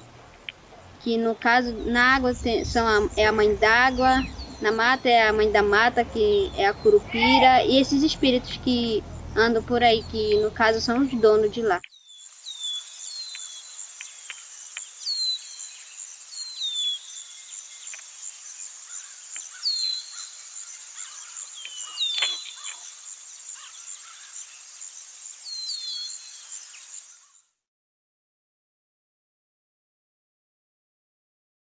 So beautiful that there's many images in this the trailer, and it makes me really want to see the full story. But in just thinking about filmmaking techniques, I think there's some great sense of you withhold kind of a lot of information and let us watch it first. I like the cut with the young boy who we first see without speaking. He's not speaking, but we're hearing his voice. And then we're just seeing him listening as the talking happens. And then it cuts to him talking. And it's a technique that I just thought it represents a kind of unusual choice and brave choice, maybe. I wonder what inspired you in that moment when you came to editing him. To include that shot of him.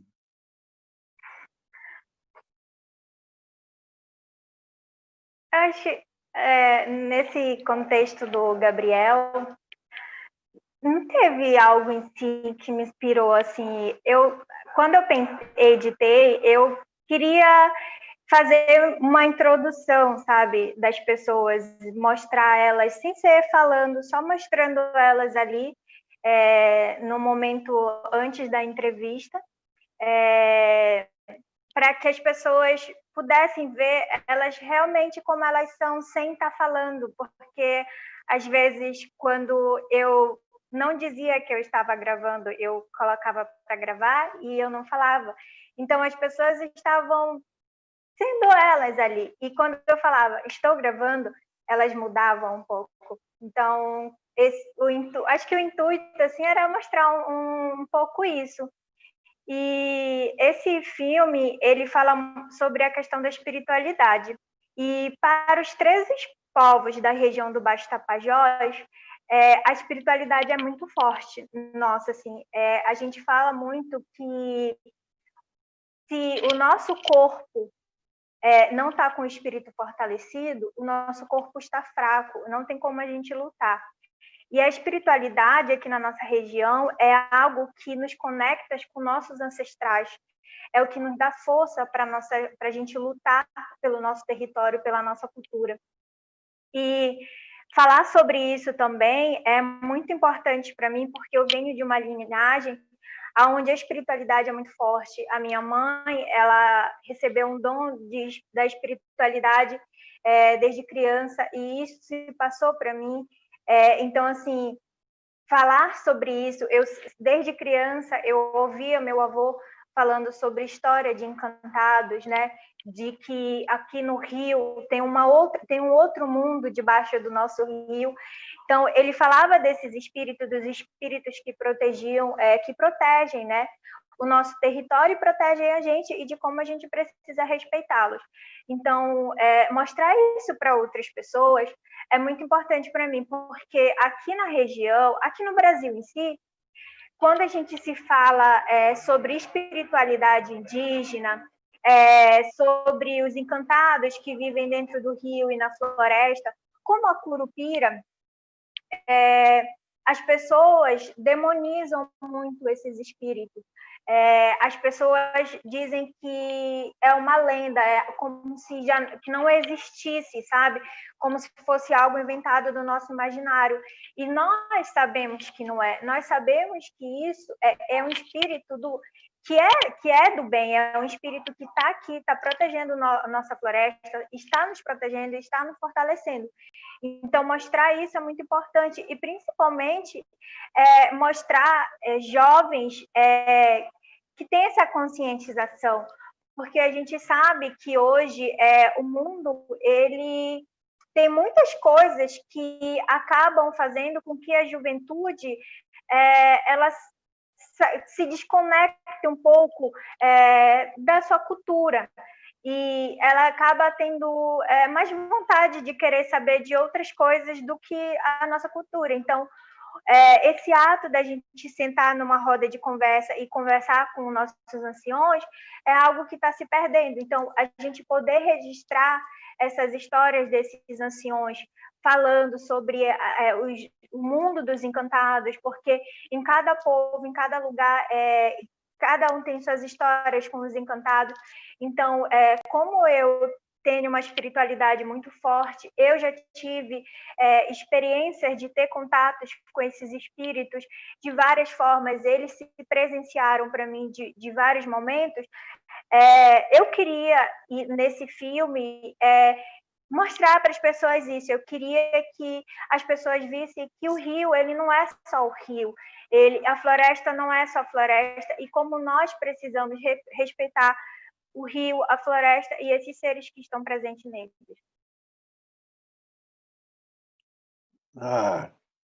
Thank you. That I think is coming across in your film, and I'm seeing that there was you have needed to find your own language of filmmaking, and that leads me to a question I want to ask all three of you about inspiration. from other filmmaking, which I think sometimes, you know, to have something in your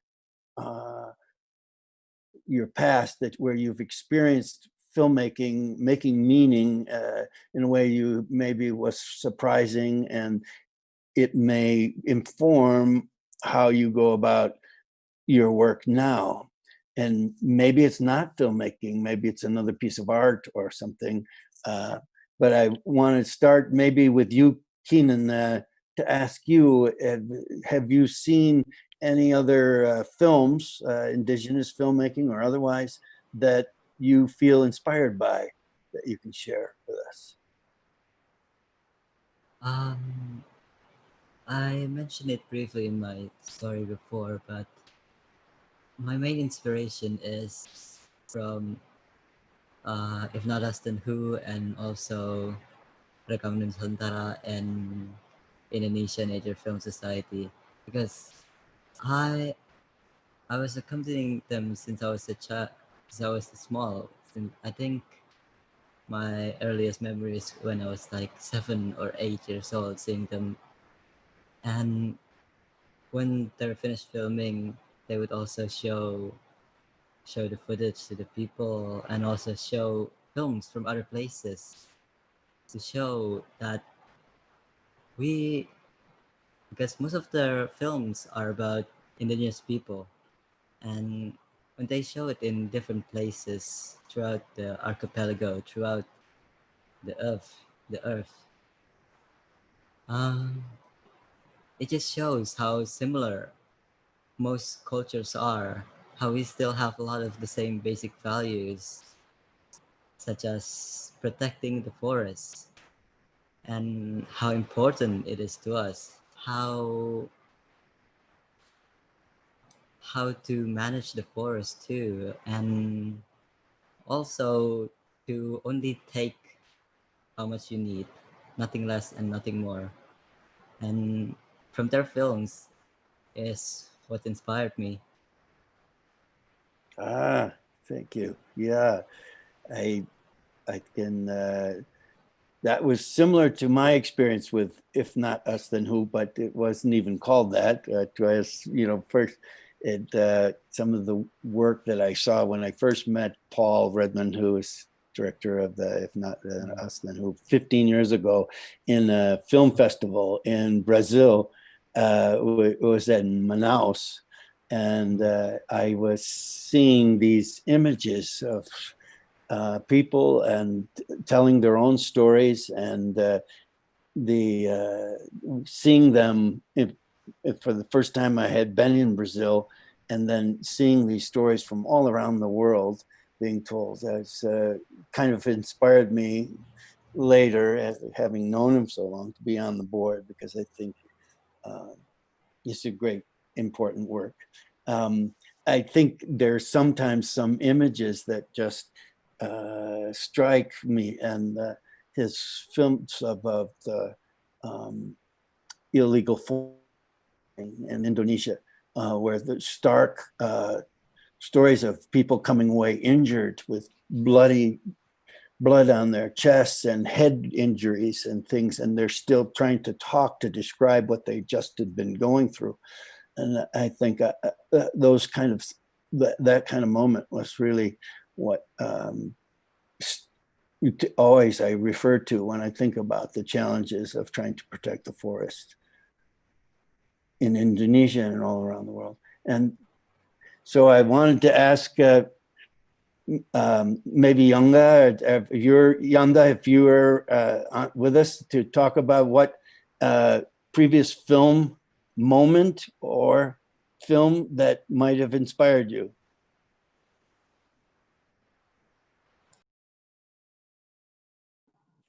He may have gone. He may have. There we are. Good. Sí, les escuché. Bueno, a mí cuando vi un trabajo de mi compañero es Heriberto Wallinga de Sarayaco, hizo una película Los Hijos del Jaguar, cuando una empresa petrolera ingresaba a su territorio, él tenía una cámara chiquita y grabó todo lo que sucedió y vi su trabajo, cómo tenía impacto en el mundo. A mí, él fue uno de los que me inspiró su trabajo. Es mi vecino en la selva, él vive no sé cuánto, muy lejos, como muchos kilómetros lejos de mi comunidad. Él es quichua, somos vecinos con záparas y quichua. Entonces él es el que me empujó a conocer también. Si nosotros no lo hacemos, entonces ¿quién? Conocí también a ellos, su trabajo como su colectivo virtual, su forma de trabajo, apoyo a los nuevos cineastas amazónicos. A través de ellos también me han empujado a crecer, a conocer más de este mundo mágico que es el cine, que es una herramienta muy importante para nosotros, que nos fortalece. Ellos han sido mis profesores shímanos tecnológicos. Shimano es sabios tecnológicos, y ellos han sido los que me han ayudado a mí a crecer, y todo lo que aprendí ha sido mirando cómo el otro hace, cómo edita, acompañando en los rodajes. Un día hice un viaje desde Ecuador hasta Brasil por la cuenca amazónica, entonces ahí miraba a muchos amigos cómo grababan todo eso. Yo estuve mirando todo eso y luego yo mismo empecé a editar, a ver otras cosas para poder montar mi primer video. Eso ha sido mi inspiración desde que vi este mundo. Good. Thanks for sharing that. And I know we're running a little bit out of time, but I wanted to ask you, Priscilla, just to hear a little bit about what moment in a film that you saw that inspired you to pursue this work. Eu acho, começando pelo momento, eu acho que o momento que me inspirou foi depois que eu descobri sobre essa herança espiritual que eu recebi da minha família, e foi logo depois que eu tive essas experiências, esses contatos com os encantados, tanto com o encantado do rio e quanto com o encantado da floresta. Foi algo que foi muito forte para mim e deu um outro rumo na minha vida. Então, eu queria mostrar para as pessoas um pouco do que tinha acontecido comigo e fazer com que elas sentissem, pelo menos se fosse 1% do que eu senti. Eu acho que foi isso, essa questão da espiritualidade. E eu tenho um filme que ele é produzido, roteirizado pelo antropólogo indígena aqui da minha região, mas também tem não indígenas que participaram, mas foi um filme que me inspirou muito, que se chama A Terra dos Encantados, que é um filme que fala muito sobre a espiritualidade também da região aqui do Baixo Tapajós, que fala muito com anciões, então é um documentário com muita entrevista de anciões que também já se foram, fala da resistência deles, da luta, de quanto se afirmar quanto a um povo indígena, porque a gente sabe que no Brasil a gente sofre muito preconceito, muito racismo contra os povos indígenas, principalmente aqueles povos que perderam a língua, que foram catequizados, e isso aconteceu aqui na minha região. Então, esse filme, Terra dos Encantados, conta histórias de encantes, que conta a história de espiritualidade, mas também conta a história de resistência de mulheres e homens, que alguns já se foram, que lutaram e se afirmaram quanto povos indígenas, buscaram falar sobre resistência. E essas pessoas que já se foram que fizeram com que hoje eu estivesse aqui tendo essa oportunidade de estar falando com vocês. Então, esse filme é um grande aprendizado para a gente aqui da nossa região. E também tem outros parentes indígenas, tem o Vevito, o Pianco, a Xaninca. ele é um grande cineasta e ele é um líder espiritual também. Então, como eu tenho essa ligação muito forte com a questão da espiritualidade, eu troquei muitas ideias com ele sobre como a gente produzir um filme e mostrar a nossa visão, essa questão da espiritualidade na tela, como que a gente pudesse fazer com que as pessoas vissem, né, um pouco daquilo que a gente vê. Tem uma outra cineasta que é a Grace Guarani, que é uma mulher que me inspira muito, porque ela é uma mulher que nos seus filmes fala muito sobre a luta, sobre a questão da espiritualidade também, mas ela é uma mulher que ela luta diariamente para afirmar que se nós, povos indígenas, a gente pode sim estar numa tela de cinema, a gente pode ter nossos filmes em festivais, quem sabe não ganhar um Oscar. Então, ela ganhou um festival, ela faz viagens internacionais falando sobre o filme dela. Então, eu acho isso muito importante, porque aqui, eu não sei como que é muito nos outros países, mas eu sei que aqui no Brasil é um racismo muito grande contra nós, povos indígenas, que as pessoas acham que nós não temos capacidades e que nós não podemos produzir um conteúdo de qualidade, produzir um filme de qualidade. E nós estamos mostrando que a gente pode sim, porque a gente tem esse conhecimento ancestral e tem esse conhecimento das ferramentas. Então, a gente consegue mostrar algo para as pessoas, a gente consegue causar uma sensibilidade nas pessoas, a gente consegue mostrar sobre a nossa luta, sobre a nossa ancestralidade, sobre as invasões que acontecem no nosso território. A gente consegue mostrar de várias formas e eu acho que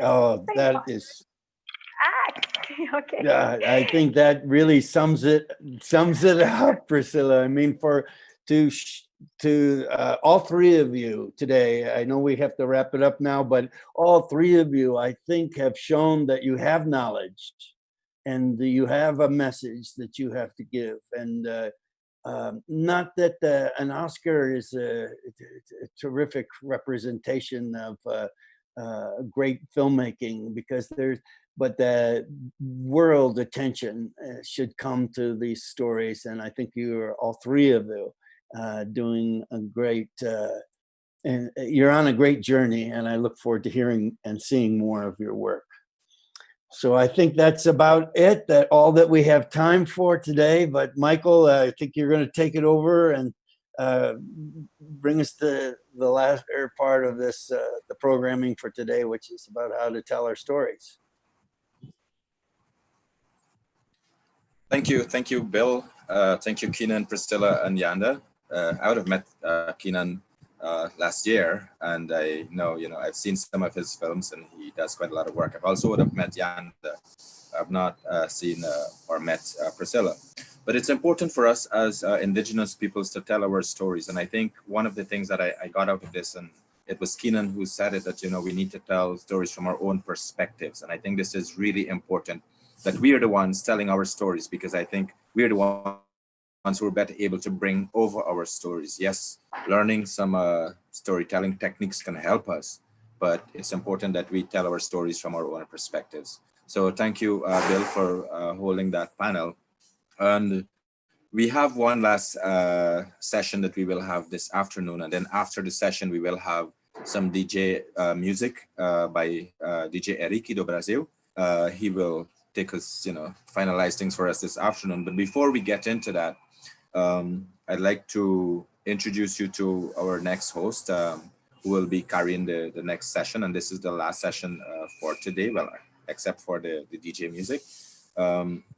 And this panel will be, it's titled, our next panel is titled Wanted Storytellers. And it's about news journalism made new, a look at the efforts being made to diversify storytelling and news coverage to include local and indigenous community voices. It is important that we understand that there are diversifications that will happen, and it's interesting, and we'll hear more about that in this last panel. But remember that this is being brought to you, our village here is being brought to you by If Not Us Then Who, as well as the Hip Hop Caucus and the Guardians of the Forest. And it's all about connectivity and networking it's a solutions-based approach. We're looking to find solutions rather than talk about issues, but we want to also talk about what the solutions are, because we have the solutions. We must put those solutions out there. So today's the last session will be hosted by President of If Not Us Then Who, Mina Setra, and Mina is in Indonesia, and I'm sure Kinan as well is in Indonesia, and it's after midnight over there. So, we really appreciate them making that time to be here with us tonight. So I'd like to hand you over to Mina Setra, who is the president of If Not Us Then Who, to take us through the next activity. Mina? Hello, Michael. Good to see you, brother. Can you hear me? Yeah, it's been so long. I haven't seen you for a while. Thank you so much. That was a really inspiring panel. Thank you, Bill, to bring that panels with our inspiring, talented young filmmakers. And now we are going to the next panel, which called Wanted Storytellers. It's one of my, I think, my favorite topic. Wanted story, as an indigenous also, many times I ask what kind of stories that we can bring for different purposes, and who do we serve actually with our stories, and what stories that move people. Many of these questions actually we will have some very important and senior journalists, very expert, who are already working on this field. And I would like to introduce first, I hope they're all here already, all the panelists. First, we have Maria Guaman from Tauna. She's been developing competition and training to encourage local filmmakers in Ecuadorian Amazon. Maria, are you in? Are you here? Hello?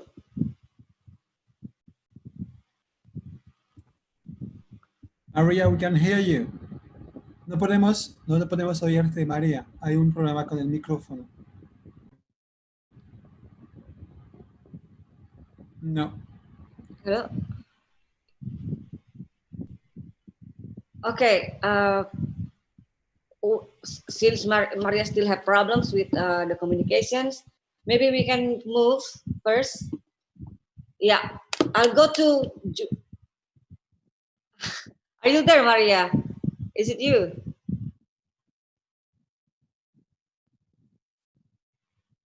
No. Okay. Let's move. Maria, I will be back to you later. We'll move to Julian Brave Noiscat. Julian is... Hola, hola. Oh, okay. Okay, Maria, welcome. It's good to see you. Ahí, ¿me escuchan? Yeah. It's really good to see you, and I've learned about your work, and we are really want to hear your story and your talk. But before, I would like to ask you, how are you supporting storytellers, and why do you think this is important?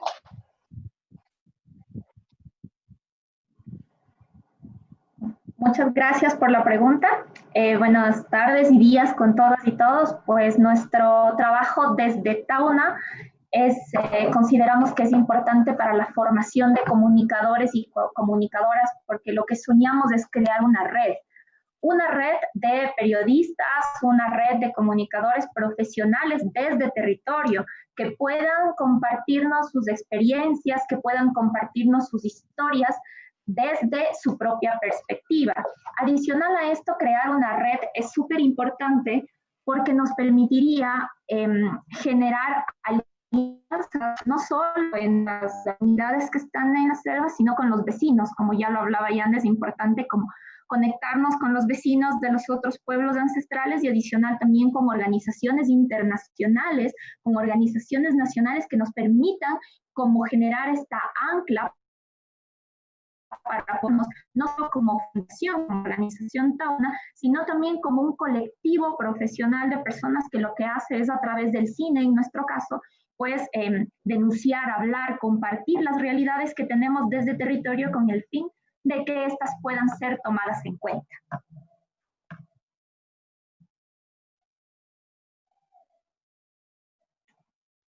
Okay, thank you so much for that. It reminds me to what of the young filmmakers just now saying about their inspirations, why they do the films.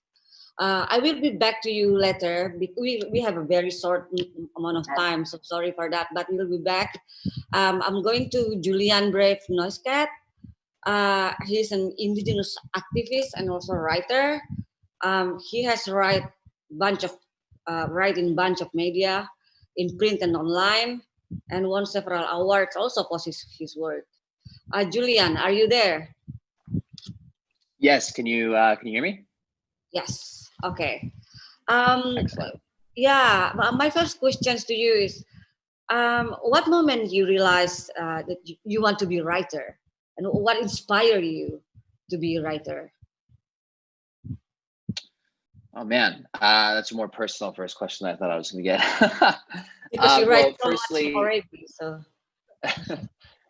So firstly, I just want to say wait quite up, which means hello everyone in my people's language, the Secwepemc language. Julian Brave Noise Cat Wens Quext. My name is Julian Brave Noise Cat. It's good to talk to you guys all today. I guess to answer the question of why I decided to be a writer. My sense is, I'm a indigenous person who grew up in the United States. My people are from the Canadian side of the border, but I grew up in the United States. And my family is, my father is Native and is an artist, and my mother is not Native. And when I was a young man, my dad, for reasons related to his own sort of struggles, left our family when I was very young.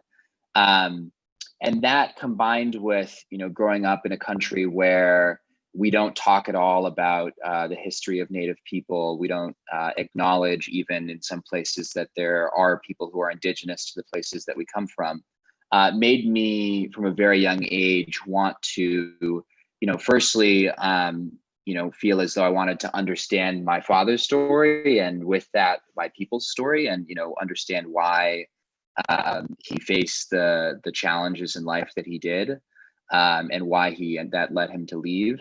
And then, in the bigger sense, to understand, what was our story and place here as Native people in this country. And I think that was something that drove me towards books, that drove me towards writing, that drove me towards the intellectual production of other Native writers like Sherman Alexie, who was really formative for me when I was a young kid.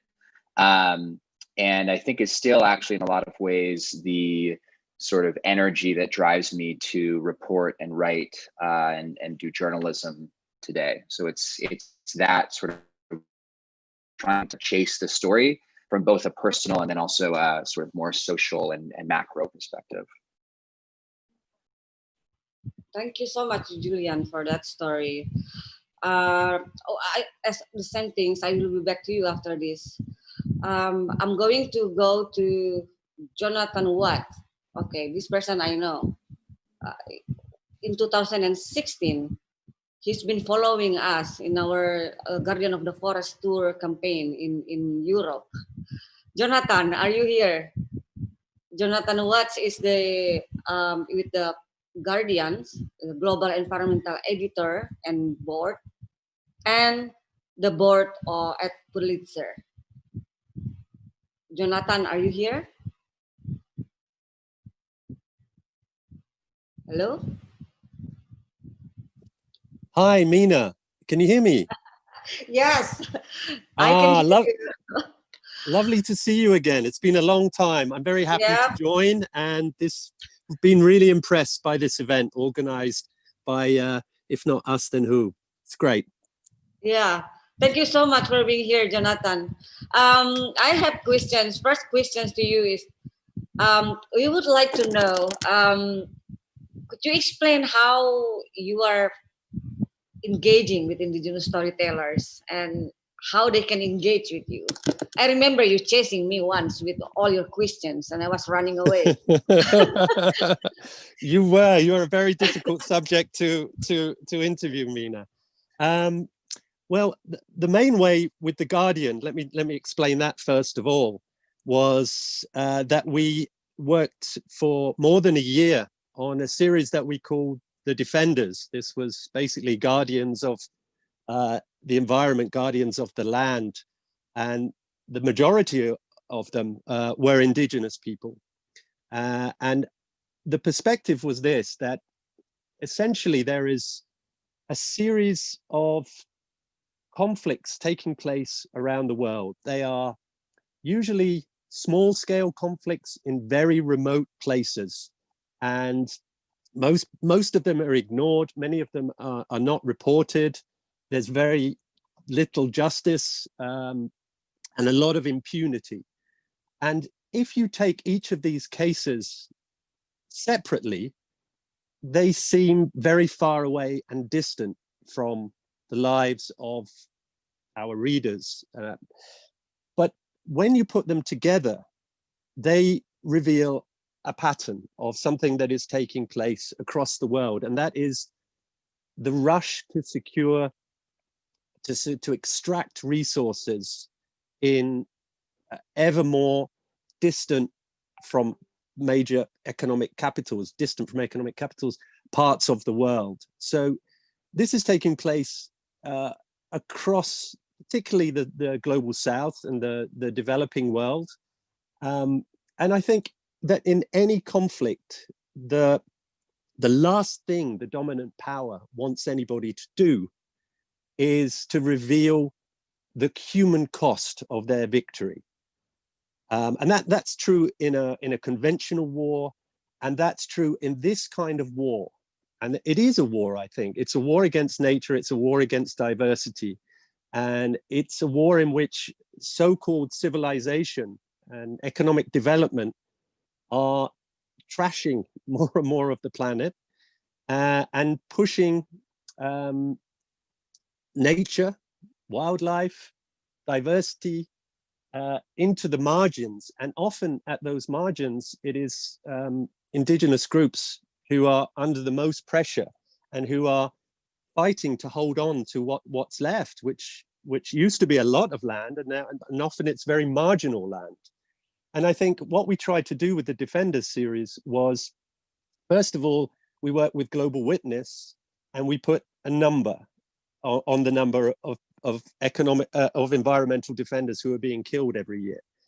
Then it's not just a number, that's not good enough. Then the names, then the photos, and then where possible, the stories. And we went out and talked to people in the Philippines, in Mindanao, in Colombia, in Brazil, in many parts of the world, in South Africa, and really try to show the stories, the suffering they've been to, so that people can connect, and then to link that to the products that people in the wealthier parts of the world are using that often cause this suffering, or are indirectly or directly connected to this suffering. So I think the main thing for us is to try to pull together all the stories to show these aren't just individual remote cases, but there is a pattern, there's a structure, and you have to deal with that structure, not the individual case. And the last thing I'd say, I've got lots more to say, but I don't want to take up everyone's time, would be that it's very important to address this on an emotional level. You have to get the facts right. You have to get the story right, always. You have to go if you can. Not easy right now because of COVID. But you also have to engage people on an emotional level. So that means really telling the story of a person so that you can sympathize with them, feel angry with them, feel sad for them.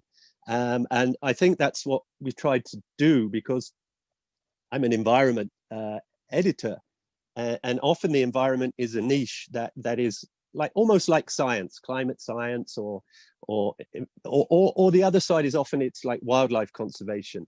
But I think that's too small, and we need to make it more political. We need to make it more economic. We need to say it's about water and air and food, and most of all, it's about people.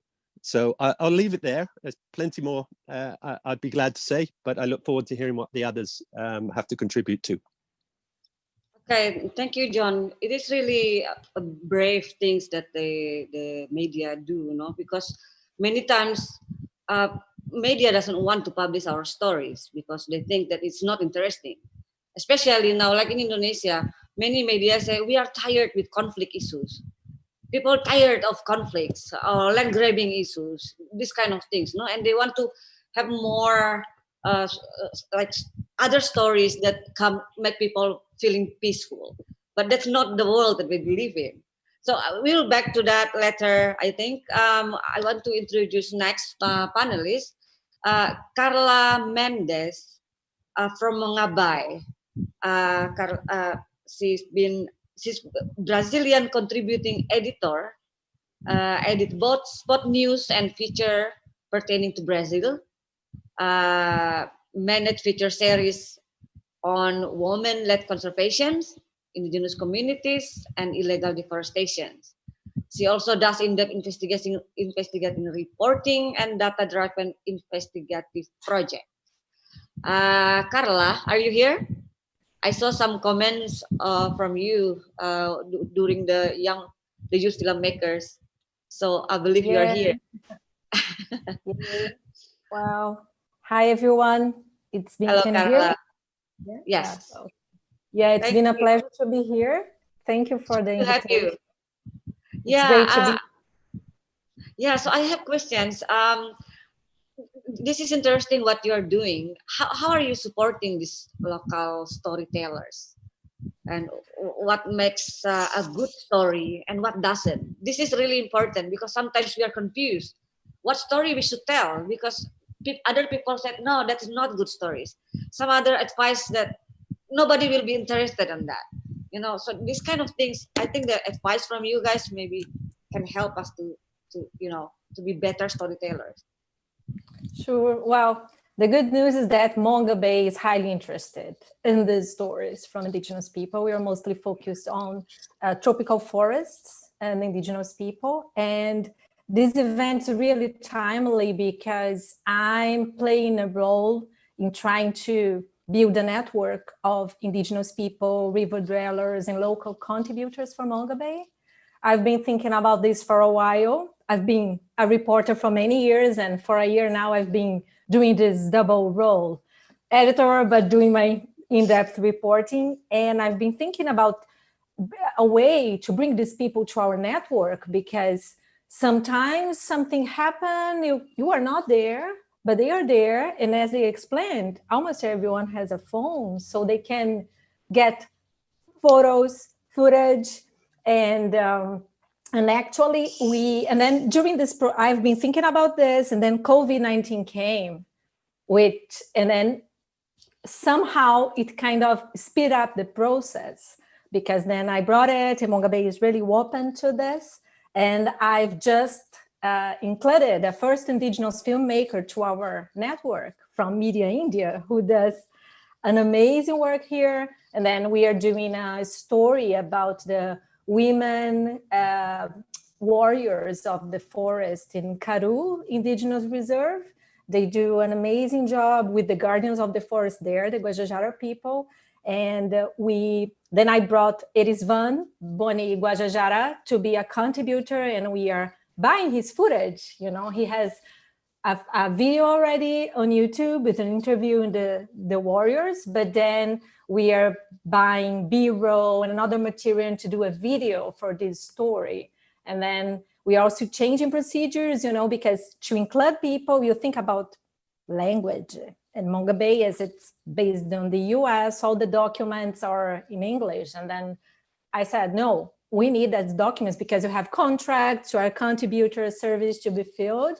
And then I sent them to translation, legal, to a Brazilian lawyer as well. And then to have it, just happened to happen 2 weeks ago, so it's really interesting. And I've been seeing the amazing work that many indigenous filmmakers are doing. I want all of them to be working for Monga Bay. And it's good because, we pay for footage, I think that's a way to recognize the work they're doing, not just footage, but I think that we could think about share the bylines for stories, because sometimes the person isn't a journalist, but the person has the information, is on the ground, and then he or she can team up with a reporter who works for Monga Bay, and then to build that story. I think that's a way to have a more inclusive journalism. We need that. We cannot keep doing just colonized journalism anymore. So that's the work we are doing. And about what's a good story, I think as the previous panel is I forgot her name, but wow, the producer said, we have in journalism to ask the question on who, where, why, and these things. But I think that beyond the W8 questions that we need to answer, one of the things that we need more now, I think, is try to bring emotion to our stories, to try to find a way to engage people, because there are too much information everywhere. People are not reading long text, they are not watching long videos. So storytelling is really important. And of course, to think about unique facts, unique approach. And one thing that we're also doing is that we're not only willing to report about problems. We do, and I personally do a lot of investigations into the problems, but you also need to show solutions, because there are many interesting projects, as one people showed, to reforest areas. So we need to show people that it's possible to change, to stop deforestation, stop to live from the land, So basically it's this. And of course, there are some journalistic standards to follow, but it's a process, I think the person is not required to know everything. We can do it bit by bit. And as I said, I think that teaming up with other people, we can do great stories. Thank you, Carla. It's I myself admire the work of Monga Bay in Indonesia. Monga Bay Indonesia also been really supportive to our work, indigenous stories in Indonesia, and it's been long years we've been working together for different things. And it's really good to have media that supporting our cause. We will talk more about this, and I'm going now to Rachel Stretcher, not from National Geographic. Rachel runs the fellowship for indigenous storytellers. Okay, for you are who storytellers, you might want to know Rachel. Rachel, are you here? Yeah, hi. Thank you, Mina. I do have to clarify that we don't have a fellowship specifically for Indigenous storytellers, but we do work hard to recruit and work with and support Indigenous storytellers as part of our grants and fellowships work. Okay. Thank you for being here with us. My first question is, okay, this is what makes National Geographic different from other news organizations, and how are you planning to support Indigenous people's stories? Thank you, Mina, and thanks for having me. Maybe that's too long. You can answer the first question. Well, I have to admit that I can't quite answer the first question, and this is a good opportunity for me to clarify that I sit on the nonprofit side of National Geographic, where we work on supporting remarkable storytellers and researchers and educators and technologists from around the world we work quite closely with the production side and the publication side, and they work in many ways as a megaphone for the work of our explorers, as we call them. So I will not comment on what the specifics of the editorial side. However, I can talk about how we feel about supporting work from all over the world, and that is very much that. You know, when I was asked this question the other day about what it means to decolonize grant making for storytelling, and I've been thinking about this ever since. And part of it, I believe, is that is to flip this notion that grant programs are helping others, and that it's coming from this Western notion of supporting people who need it, but rather recognizing that by diversifying and ensuring that we're being more inclusive of voices that we may not have heard of as much in global media outlets, we are better served, right? And so truly recognizing that in financially supporting some of this work, it is making our global media conversations about these topics better. I'm going to get really specific now because I think that's what people may have been here for. And so we have grants, we call them our exploration grants. Julian actually has one of them. So he's one of our explorers and is pursuing a really exciting project in Canada. But we also have a grant that's specifically designed to tell stories about tropical rainforests and very specifically calls out local and indigenous voices as part of that. And Michael is a grantee as part of that initiative as well. That opportunity is open still, and I encourage people to look into it and see if that's a good fit for their storytelling. And when I say storytelling, I mean photography, filmmaking, audio projects. We see it very broadly. And so Michael applied as a vlogger. Julian is doing a really exciting interdisciplinary project that's sort of challenging traditional notions of what a museum might be. Julian, you should correct me if I'm describing it wrong. But so we describe this in really broad terms. And we have a novel that's open right now called Equity, in which aligns with much of what Jonathan Watts has been talking about, which is to say that the environmental movement has historically been talking a lot about, you know, polar bears and the land, which is really important, but often has left out the fact that there are people who are stewards of that land or who live on that land and can't be forgotten when we talk about the importance of biodiversity or protecting land. And so that's a project that's designed to tell more stories of environmental justice and environmental racism from around the world, which will very much be prioritizing voices that are historically not centered in media narratives. And then the third one I want to talk about, because it's open right now and it's funding work consistently, is telling stories around the COVID pandemic. And that may feel separate from what we're talking about right now, but it's really interested in intersectionality and the way in which inequality is represented through the virus. And we're actively looking for stories from Indigenous communities in that space. And I will say the other piece of this is we very much value these stories, in part because when you invest in stories where people talk about their own communities, we're finding, particularly with this COVID fund, that people tell stories of the heroes, of resilience, of wicked challenges, but of the solutions to those, which is something that Carla mentioned as well.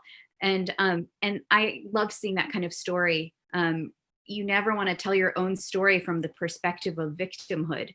And so while sometimes we would see outsiders come in and portray people as victims, when we see people telling their own stories, it's a very different way of seeing it. So I'll stop talking because I think I'm talking a lot, but those are some opportunities that we offer.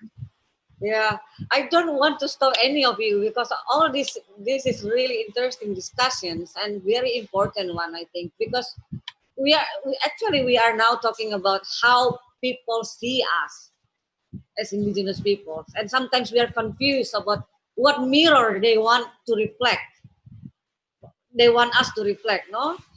And sometimes our real stories are not really taken into account because it's not interesting.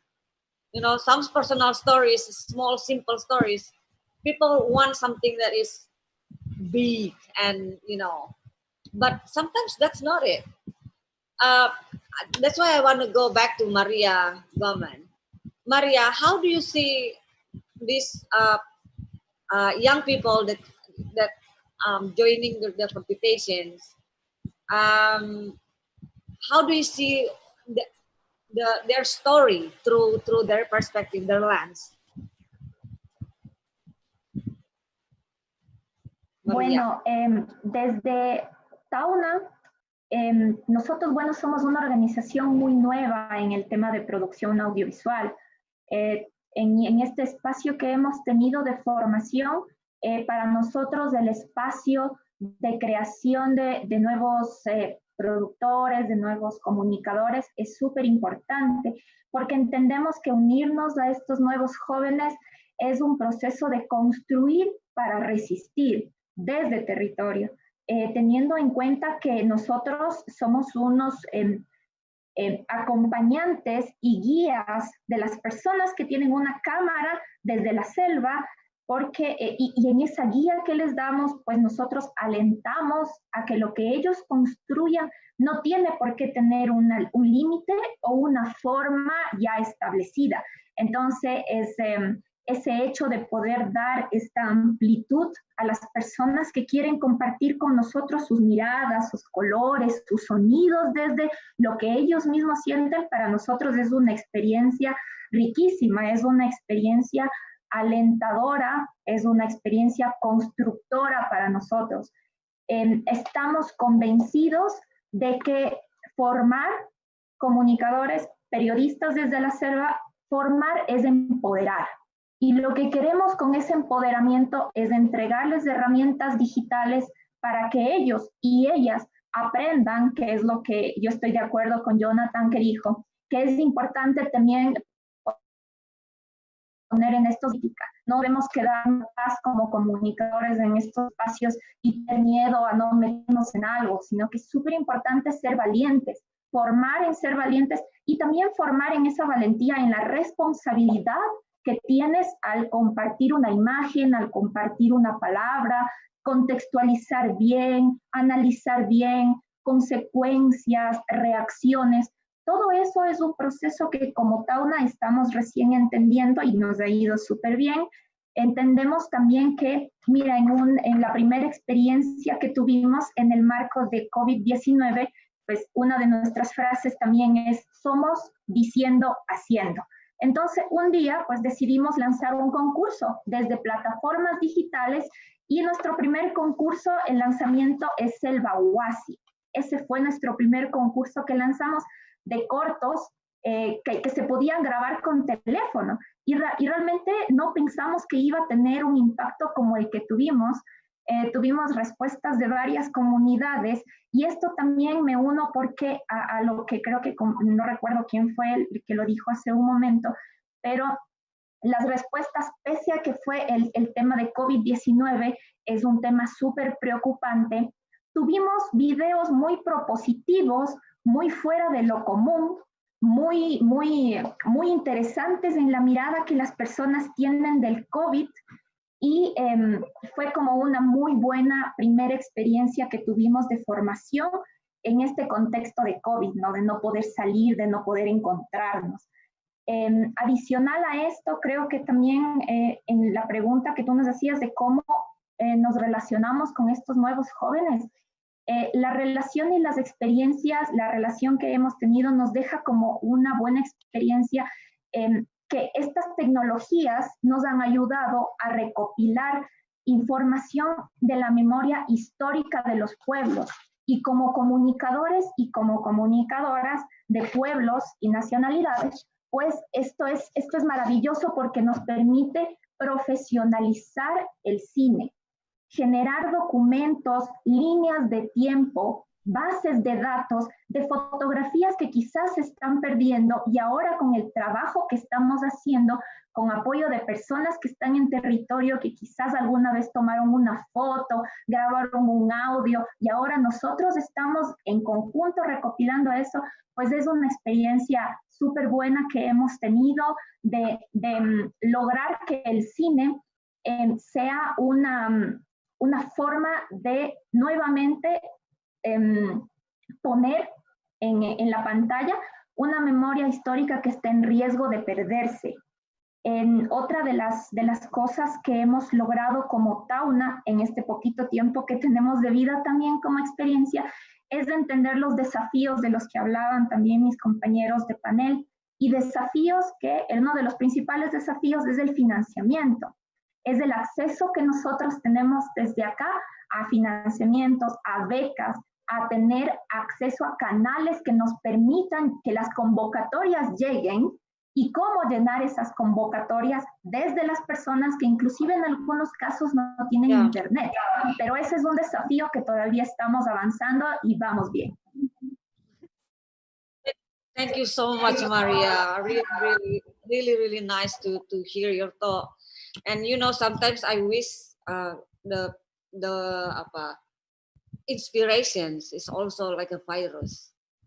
But the thing is, it's not yet a pandemic. Especially inspiration to make movies, to make stories, you know. So I'm going to Julian now. Julian, since you are a writer, you know, in our experience in indigenous communities, including our indigenous youth, it is so hard to encourage people to write. And it's not really easy things to do. And it's not easy to find indigenous writer too. What can you advise, and what is the tricks when you write stories that can really tell who you are? Hey, Mina, unfortunately, Julian had to leave. But we can go to Jonathan on that one, I'm sure, Mina. Okay. Oh, so sorry, guys. I didn't know that he left already. Jonathan, are you still there? You're not leaving as well, no, Jonathan? You don't get rid of me that easily, Mina. Yeah, I know. That's why.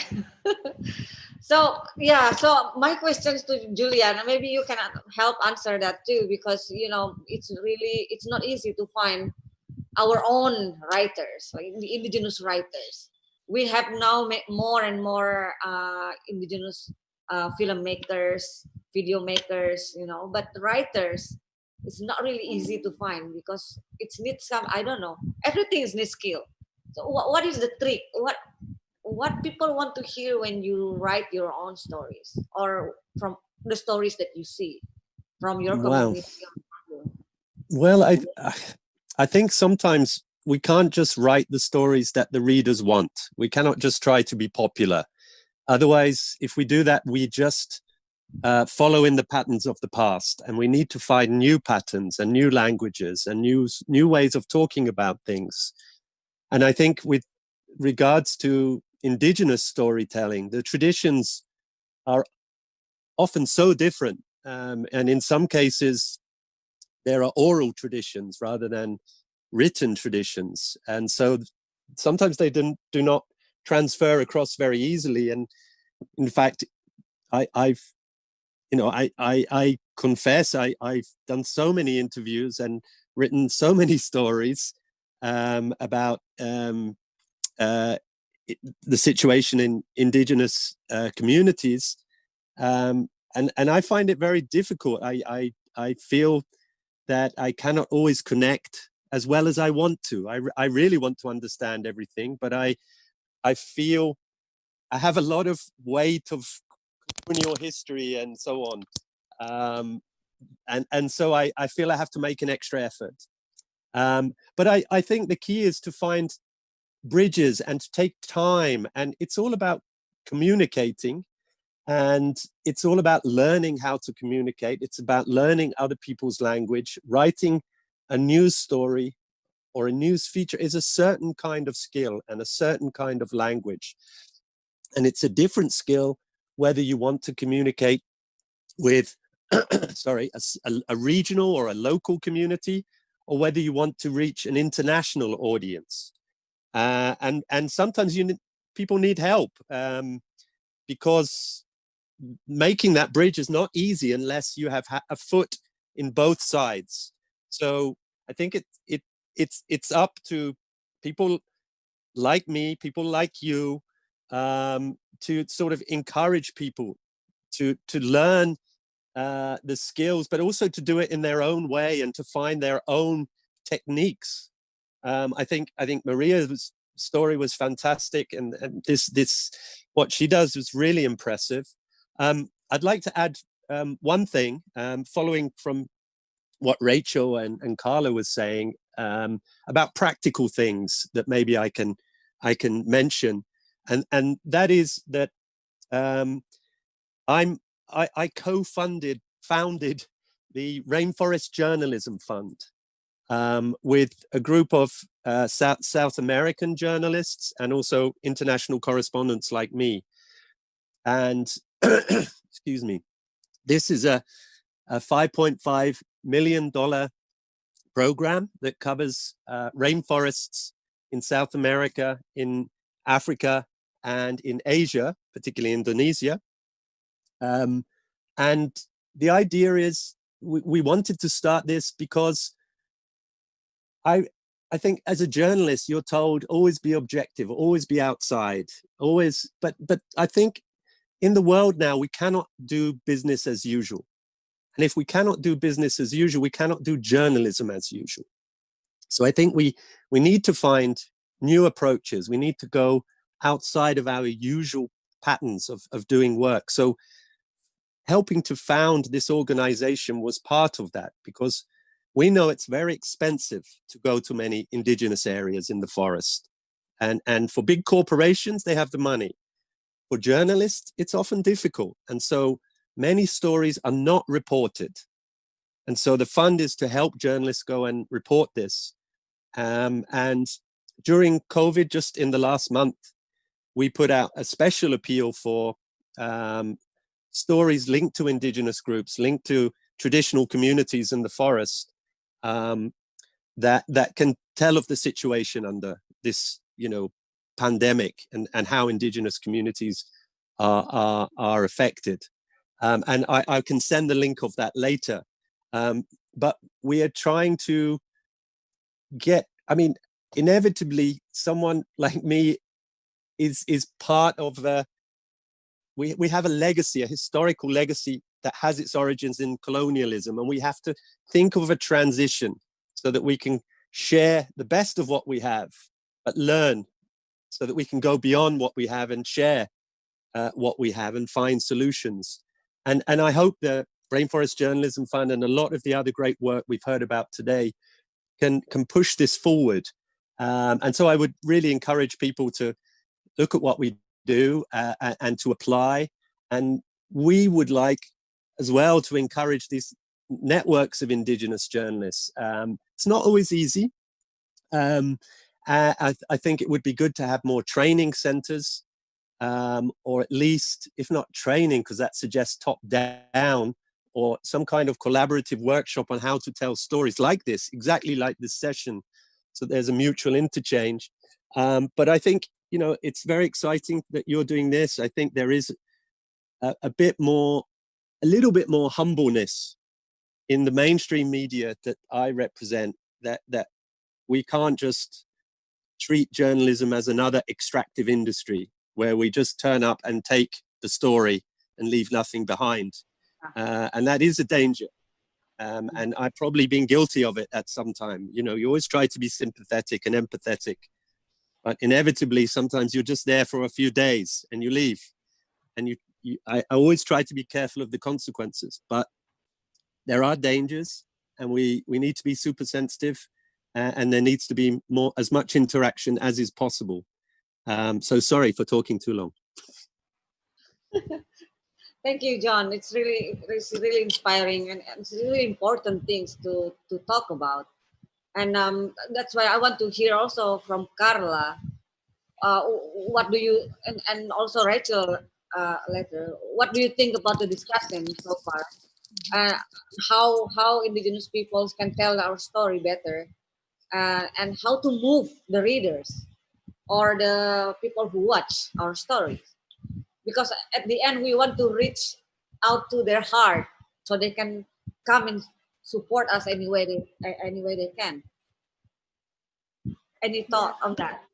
Yeah, I think this will be our last round because we're really running out of time now. Okay. Carla? Yeah, no, I agree with John. That's exactly this. When I thought about trying to find a ways to pay indigenous people for their work, because we go there, they help us with everything. As a journalism role, we don't pay people, to give interview to us, but then they can be paid for footage. They can be paid to work as fixers. There are ways. And I remember in previous jobs, sometimes, can you get footage? And then they send footage you don't pay. Why not? If you pay footage to get from any videographer and a photographer. So I think that's the kind of movement that we need to think. I agree that the writing may be difficult, as John said, that, for the traditional, they are more oral than written. But I think that collaboration is the best way, especially because, journalism has its own rules. Of course, it's not, you can change it a bit, but there are some stuff that you need to follow. And I think that the key difference is make them understand the difference between activism and journalism. We can report about every issue, but we cannot take part of one story. And this may be one of the main challenges for indigenous people, maybe, because they're so involved with that. And then, and for example, simple things, you need to listen to the other side, all the targets you are accusing. So I think that collaboration would be a very good way to do this. Even for writing, I think that multimedia may be the easiest way to bring them first and from there, and so they can see, for example, this video, what was the idea, how it was, and then to understand the storytelling we use, and the same can be applied for writing. Mm-hmm. Yeah, I have been said before, and I'll just tell you what I tell people when they think about applying for a grant. I think there might be, okay, I think it's better. I was hearing myself. I'm still over. I think I'm hearing an echo of somebody. Can everybody mute? Okay. It's a translation issue. 1 second, Rachel.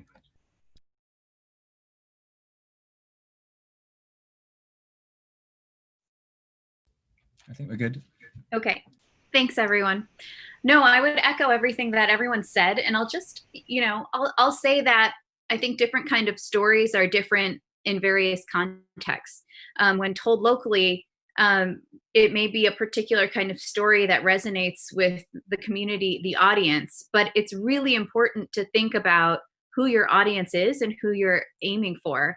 When I look at a grant application, I ask people to make sure I understand 3 things. One is, why are you the person to tell that story? And that may be because you have particular access to the community. Maybe you're part of that community.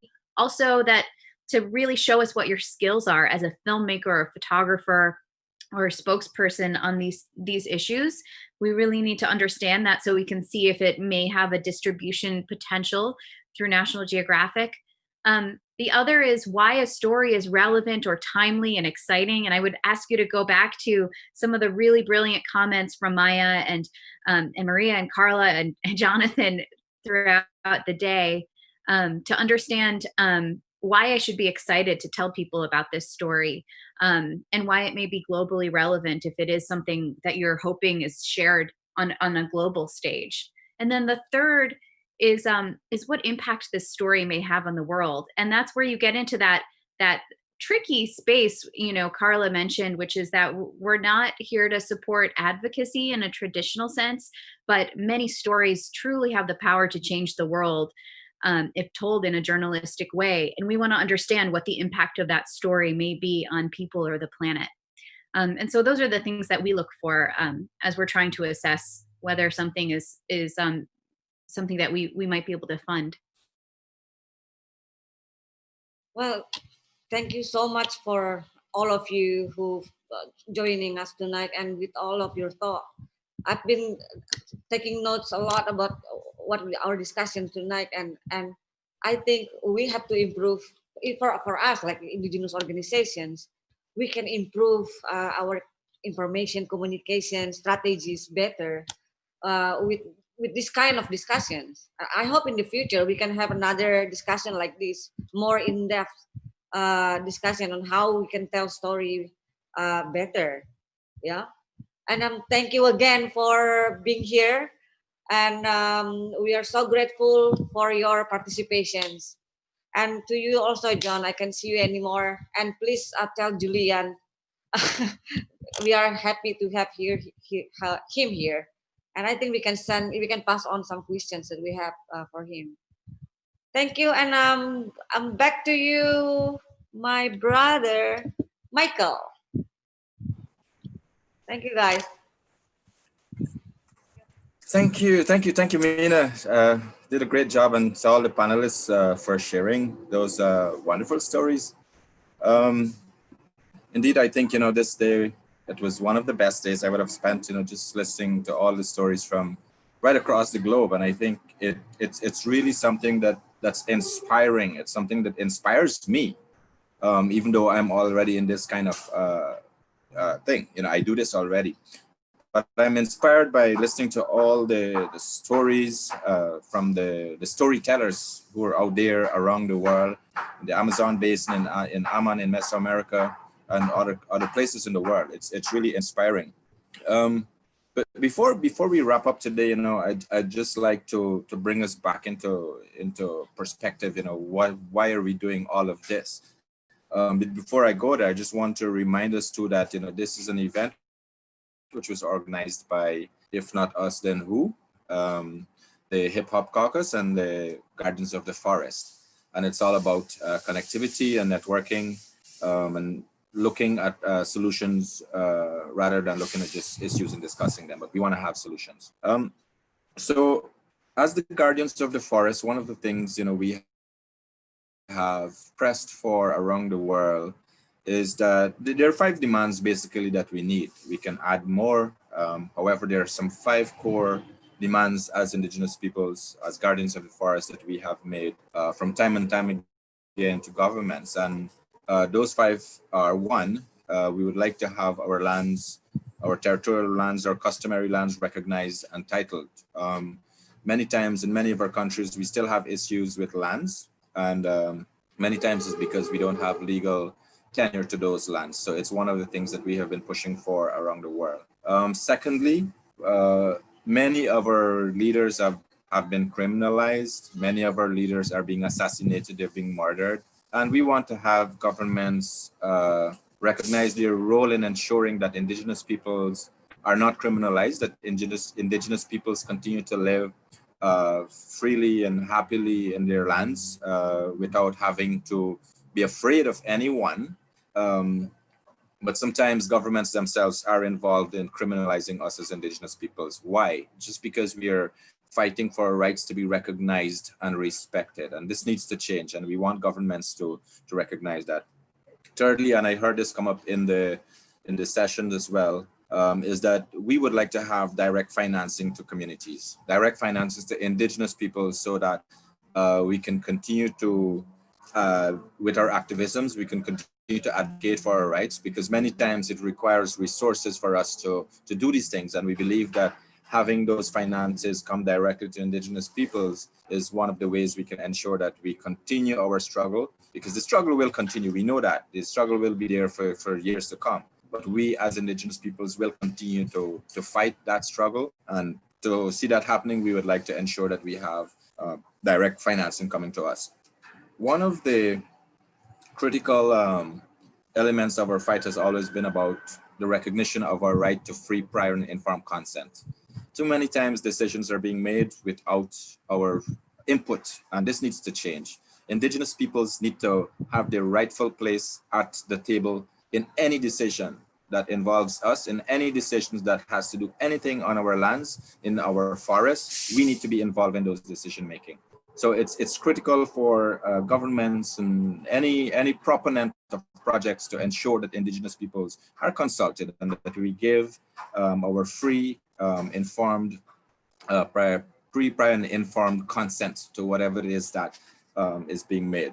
Last but not least, we have many of our elders in our communities, and our elders hold quite a lot of knowledge, ancestral knowledge for our people. And somebody talked earlier, our elders have passed on knowledge to us orally over the years. They may not be able to write, but they have passed down so much ancestral knowledge to us over the years. And we believe that within those knowledge, there are solutions. There are solutions to fight climate change. There are solutions to many of the issues that we face today.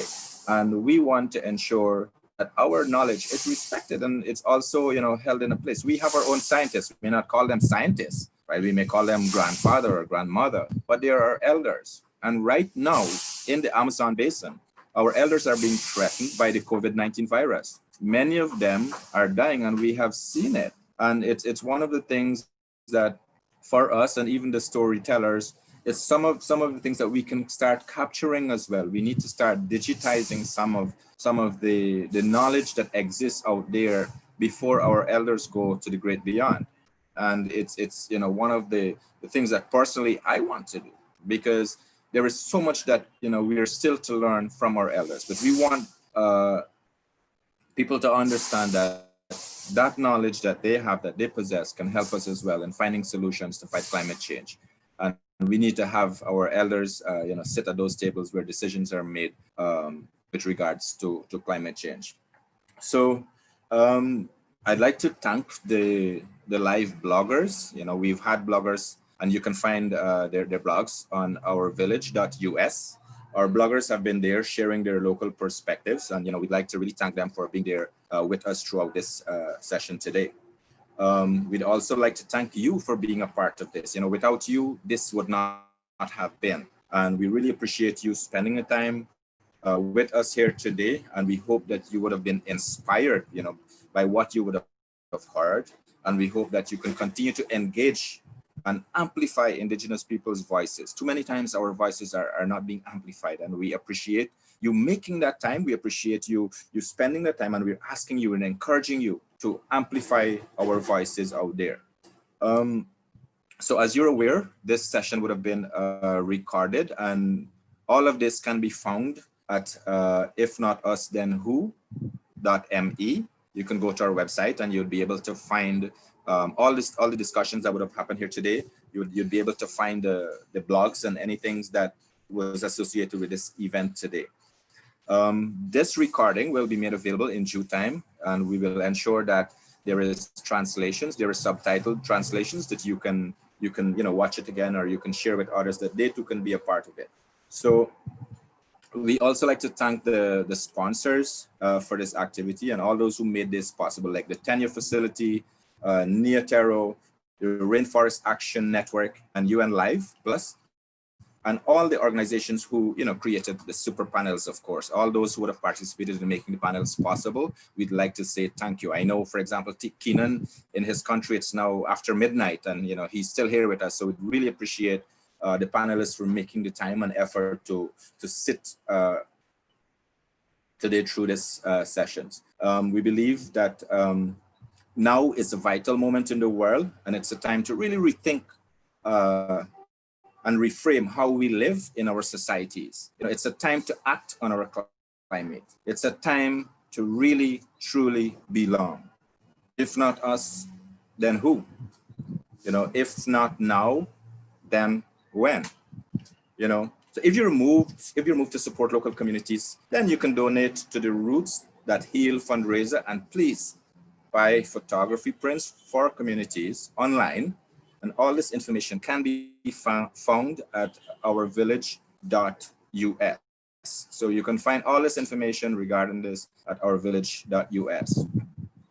Before we get into the last session, and we know we've spent quite a few hours here discussing and paying attention. But I'd like to sing the song. You might have seen me sitting here with this guitar since we started.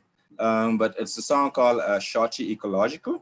It's a Portuguese song, and it's really done like in memory of Chico Mendes. And I know many of you would know that Chico Mendes was an ecologist, environmentalist, and he was murdered in 1988. So many of our leaders, many of the people who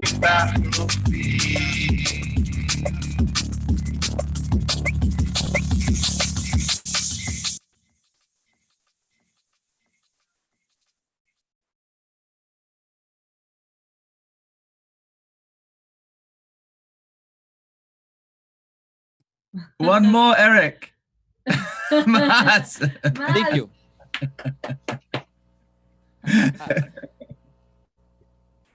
Como estás? Como está por aí, Michael? Você canta muito bem. Obrigado, estou bem demais. Depois eu vou cantar outro, não, agora não, depois. Outro tempo.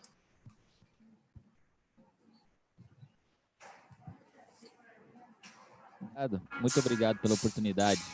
Fico muito feliz.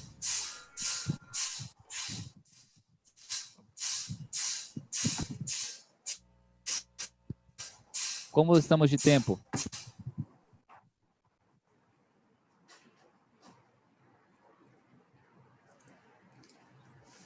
Continuar. Não tem tempo agora, pode seguir. Mais. Mais. Agora só festa.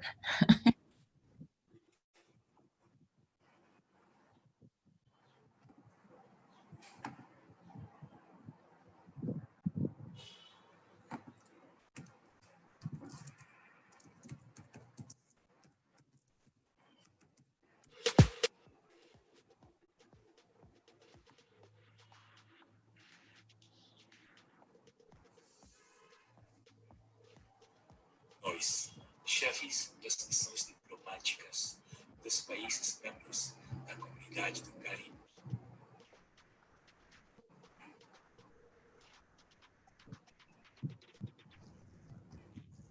Pata fora, norte, cunhandeiro, mombe, urra, bebe, na, churuba, derikuti, nea, cama, apupá, deca, botemboba, derubama, da, derubama, derubama, baia, pode alar, cuidar comigo, é que eu me jure, louco, que ele vai beber, baia, jure, deve marar na rua, deve marar na rua, jogo vai morar, urembo tu bicha, vai crevaka, Juma, mama to the Juba, Westera, and the Bia, to the Japoda, Pumona, Hallelujah, but I turn there, I couldn't go upon, you put on my head, and then, you want to do hey, Jackie, so I go, hey,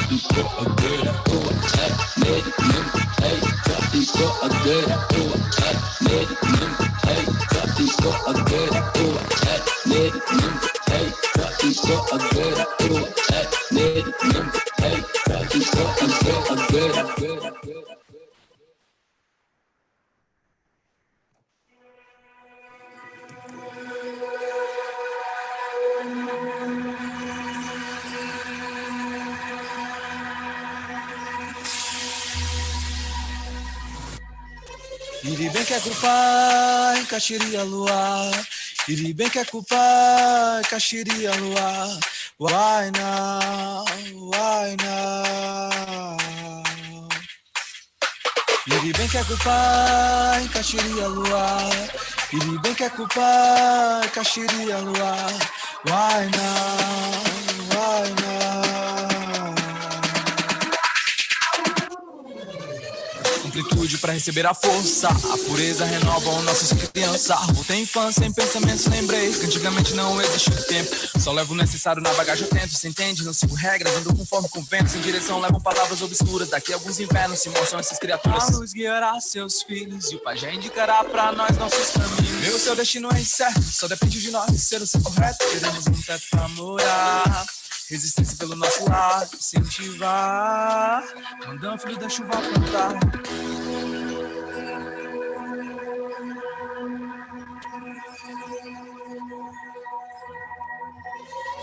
Iri bem que é culpa, encaixaria lua. Iri bem que é culpa, encaixaria lua. Why now? Why now? Iri bem que é culpa, encaixaria lua. Iri bem que é culpa, encaixaria lua. Why now? Why now?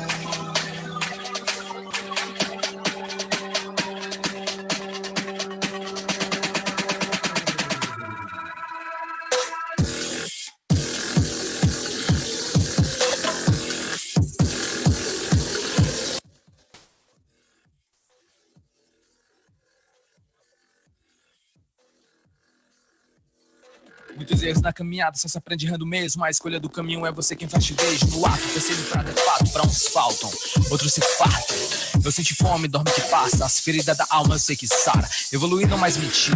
Elevação espiritual, eu sei que há luz em ti. A luz guiará seus filhos e o pajé indicará pra nós nossos caminhos. Meu, seu destino é incerto, só depende de nós ser o ser correto. Queremos um teto pra morar, resistência pelo nosso lado, incentivar. Mandando filho da chuva plantar. Iri bem que é culpa, encaixaria lua. Iri bem que é culpa, encaixaria lua. Why now? Why now? Why now?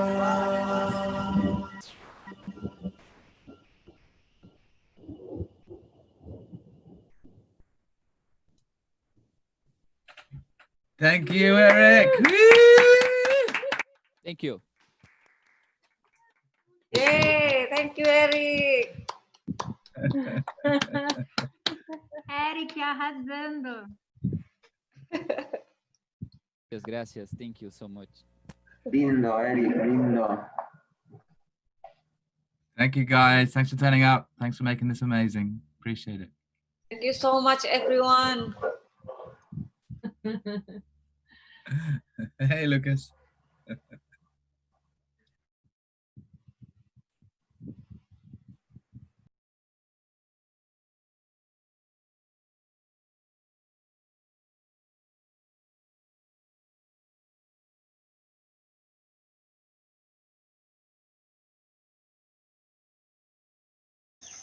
Não sei.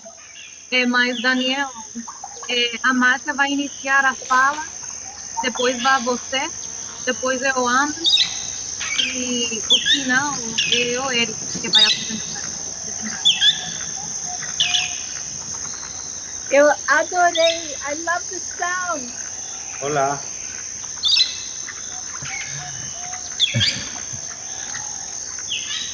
So this screen will hold until 8 and then the teaser will run one day and then we're off, okay? Wow, that's beautiful. So we have participants on the call now, so.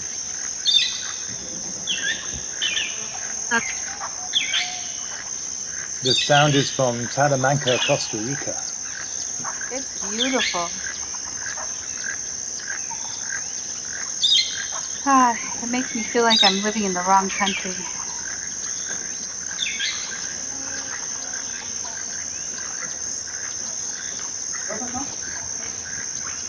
Hola, Eric, ¿cómo estás? Hola, ¿qué tal?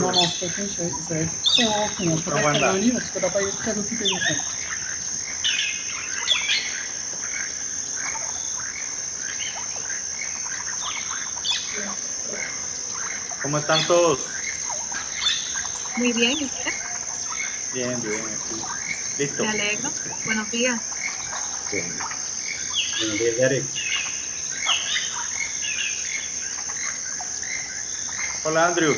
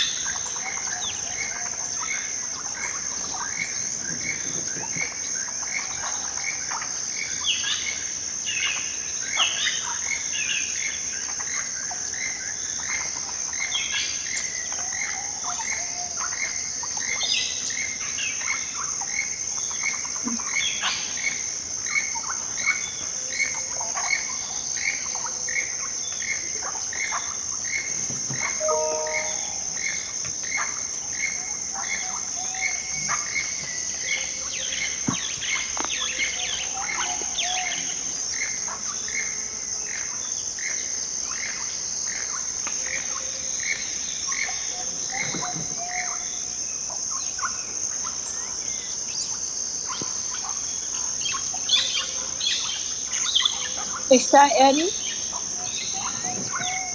Hola, Eric. Hola, Coimbra, ¿cómo está? Estoy bien, gracias. Qué bien, qué bien.